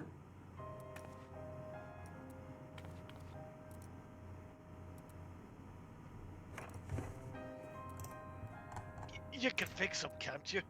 He saved my life. Saved my life. You need money for parts? I'll pay anything. You can even sell the ring I commissioned. It's not a matter of money. I think his core might be irreparably damaged. It was made over 100 years ago with techniques that have long since been forgotten. If it has failed, then he is forever lost to us.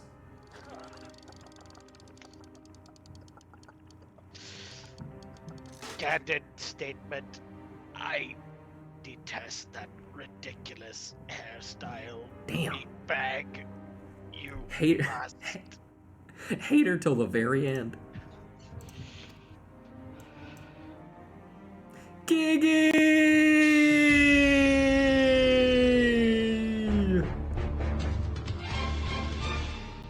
Oh no, whatever will we do without the sexual harasser?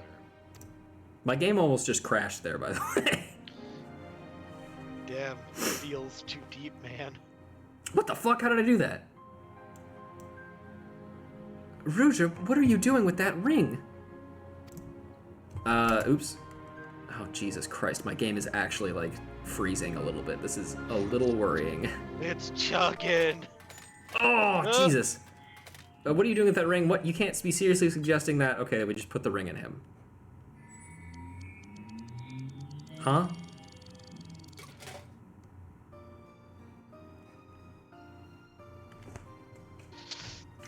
Candid statement. Black Pearl Ring. This is by far the worst piece Greenhorn has ever crafted. Its very existence offends me. I feel violated. Violated once again by the pitiful meatbag. Gigi, you've come back to us. It's a miracle. Unfortunately, this is true. Just wait until we see the HK50 Gigis running around.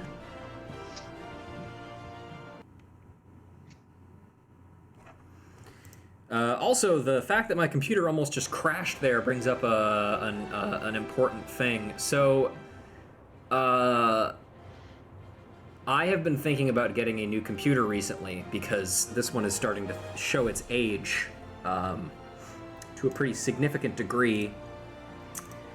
And I was kind of wheedling about it for a while because I was like, it's a lot of money, and like, it's so much to deal with, and like the collecting of all the parts, and I would need help from so many people to just like get all of the stuff together that I think I would need. And like it's just so much. But then like 2 of the games that I was playing like crashed back to back. Oh, I think is game crash? Nope, game is not crash yet. It's chugging. Oh god, it's really chugging. How many background programs do you have? Not that many. Like genuinely not that many. Here, I'll close what I can. But like I don't even know why like this specifically is causing it to fuck up. Well, it feels like a lot of programs like get slow. Okay, music is kicked back in. That's good. Well, it's a good thing we're ending the stream after this because Jesus Christ.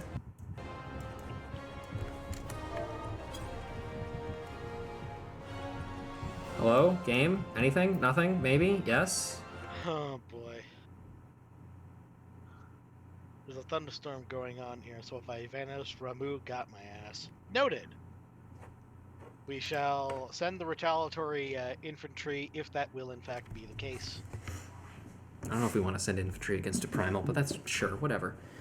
Okay, the music has stopped again. Okay. Hang on. I'm gonna try... Oh boy. This is... Oh god. Everything is breaking. But yeah, this is definitely one of the reasons why I want to get a new computer, because I have no idea how, but somehow things that I was able to do perfectly fine before are like taxing my computer crazy hard. Like I was able to have all this shit open no problem before, but now it just can't handle it anymore. And 2 games that I was playing back to back just crashed on me. And so I just said fuck it, and I'm planning on buying a new computer. I don't know when exactly it'll be, or like when I'll actually get it, but hopefully, decently soon, which will also give me time to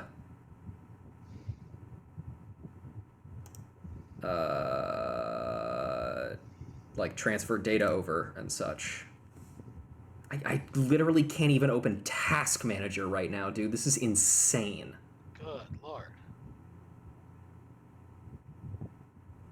Okay, here's what we're gonna do. I'm gonna leave the call and close Discord.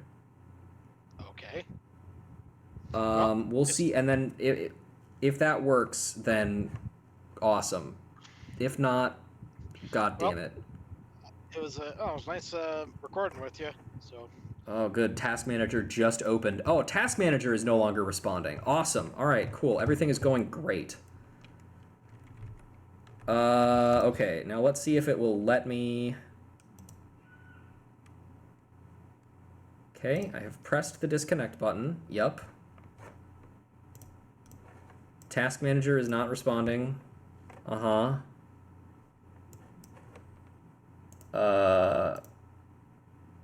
Quit that.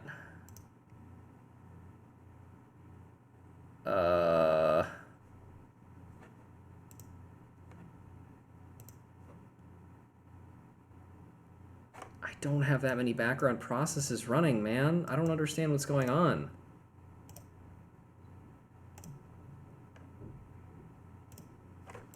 Like, fuck, dude. Am I really gonna have to end 2 streams in a row with horrific, crippling technical difficulties? I am furious if that is the case.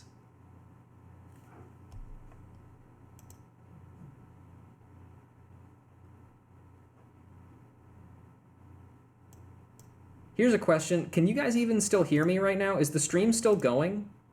I don't know. Like, I genuinely can't tell.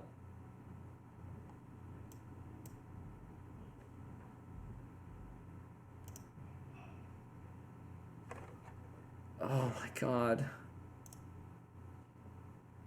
Yes? Okay, good. That's something. Oh, I'm so fucking mad, dude. Yeah, this really just kills my enthusiasm about streaming, I gotta say.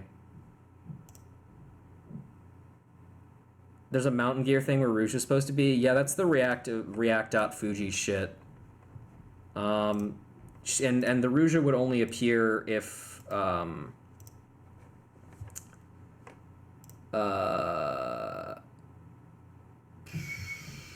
the Rouge would only appear if I was in a Discord call, but because Discord is closed, it can't do that. Oh, I clicked a button on OBS and now it is not responding.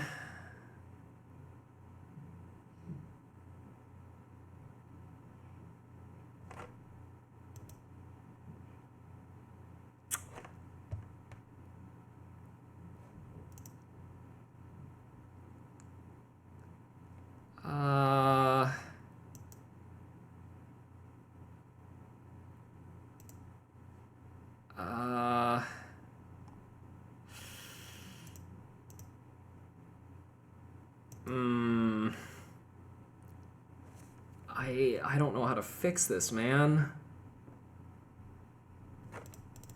I really don't. This is bad.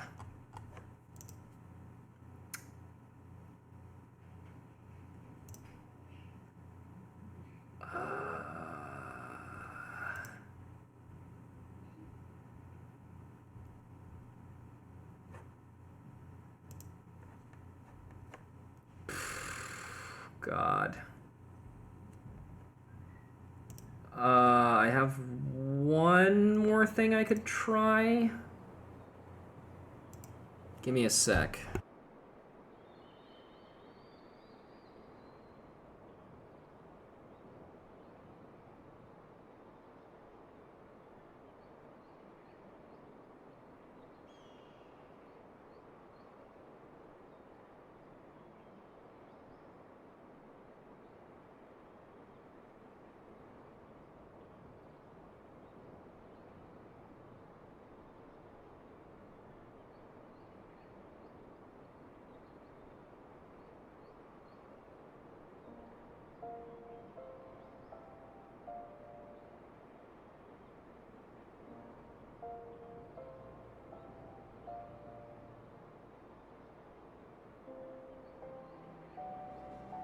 It's interesting. Apparently, Task Manager is saying I'm using 100% of my CPU. That is the thing that's doing it. Aha. Yep, I fucking knew it. And hey, we loaded in. Okay, well, that's good. You hear music? Yeah, I see the game. The game appears to be working now. Alright. Yeah, I know exactly the thing that was causing that now. That's really cool. Alright, so here's what we're gonna do, folks. We're gonna finish the stream off real quick, and then I'm gonna go and I'm gonna cry myself to sleep because I need to spend essentially what is equivalent to $2,000 in order to stop this from happening ever again. So cool. I'm really mad about this. But at least we got everything I wanted to done. Still can't believe that what happened. First I thought Rorotan was the Jade Fox, then it turned out it was Robert. Gigi must have sensed something strange about him before. I can't help but think back on all those times he ranted about secrets and lies. I assumed he was speaking of Rorotan, but now of course I realize he meant Robert. Oh, if only I'd listened more closely to his words.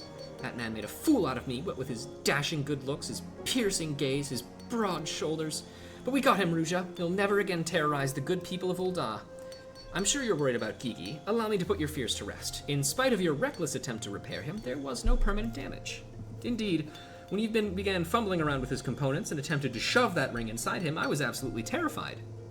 Thankfully, through sheer strength of will, Gigi overcame his injuries, and it's all thanks to your ring. In Gigi's eyes, your ring was so poorly wrought that it filled him with an overwhelming disgust. You reminded him of his purpose by creating focus for his grand disdain, and in so doing, you helped him regain his senses. Isn't that wonderful, Ruja? But that's not all I wanted to tell you. While I was examining Gigi earlier, I found something truly extraordinary. You see, he's by far the oldest mammoth we have here, having been constructed by one of our former guildmasters over a century ago. In fact, I'm the 19th guildmaster he has assisted, according to records. But what our records didn't contain was his original name, which was so faintly inscribed on his core that it went unnoticed until now. Gigi is Menejing, Ruja, the first mammoth ever built, and the mammoth who's designed on which all others are based. Of course, I have no intention of telling him. The knowledge would make him insufferably arrogant. Anyway, Ruja, please accept my sincerest thanks. And though Gigi would be loath to admit it, I'm sure deep down he's grateful to you as well. Oh, in the future, please don't attempt to repair a mammoth until you have at least learned the basics of their construction. We did it. Oh, fuck me. Well, ladies and gentlemen, that's going to be it for me today. I am filled with eternal pain and suffering at the hands of my own computer. But once again, thank you guys very much for watching. Not 100% sure when the next stream is going to be, because once again, I'm very, very nervous about this happening again, which is incredibly annoying because I was going to try and maybe stream some Hi-Fi Rush this Saturday because I really want to keep playing that game, but if my computer is going to fucking kill itself every time I have 3 background processes open, I don't know if that's a good idea. So yeah, I'll let you guys know what the plan is, but until then, I will see you guys next time, and have a nice day. Goodbye.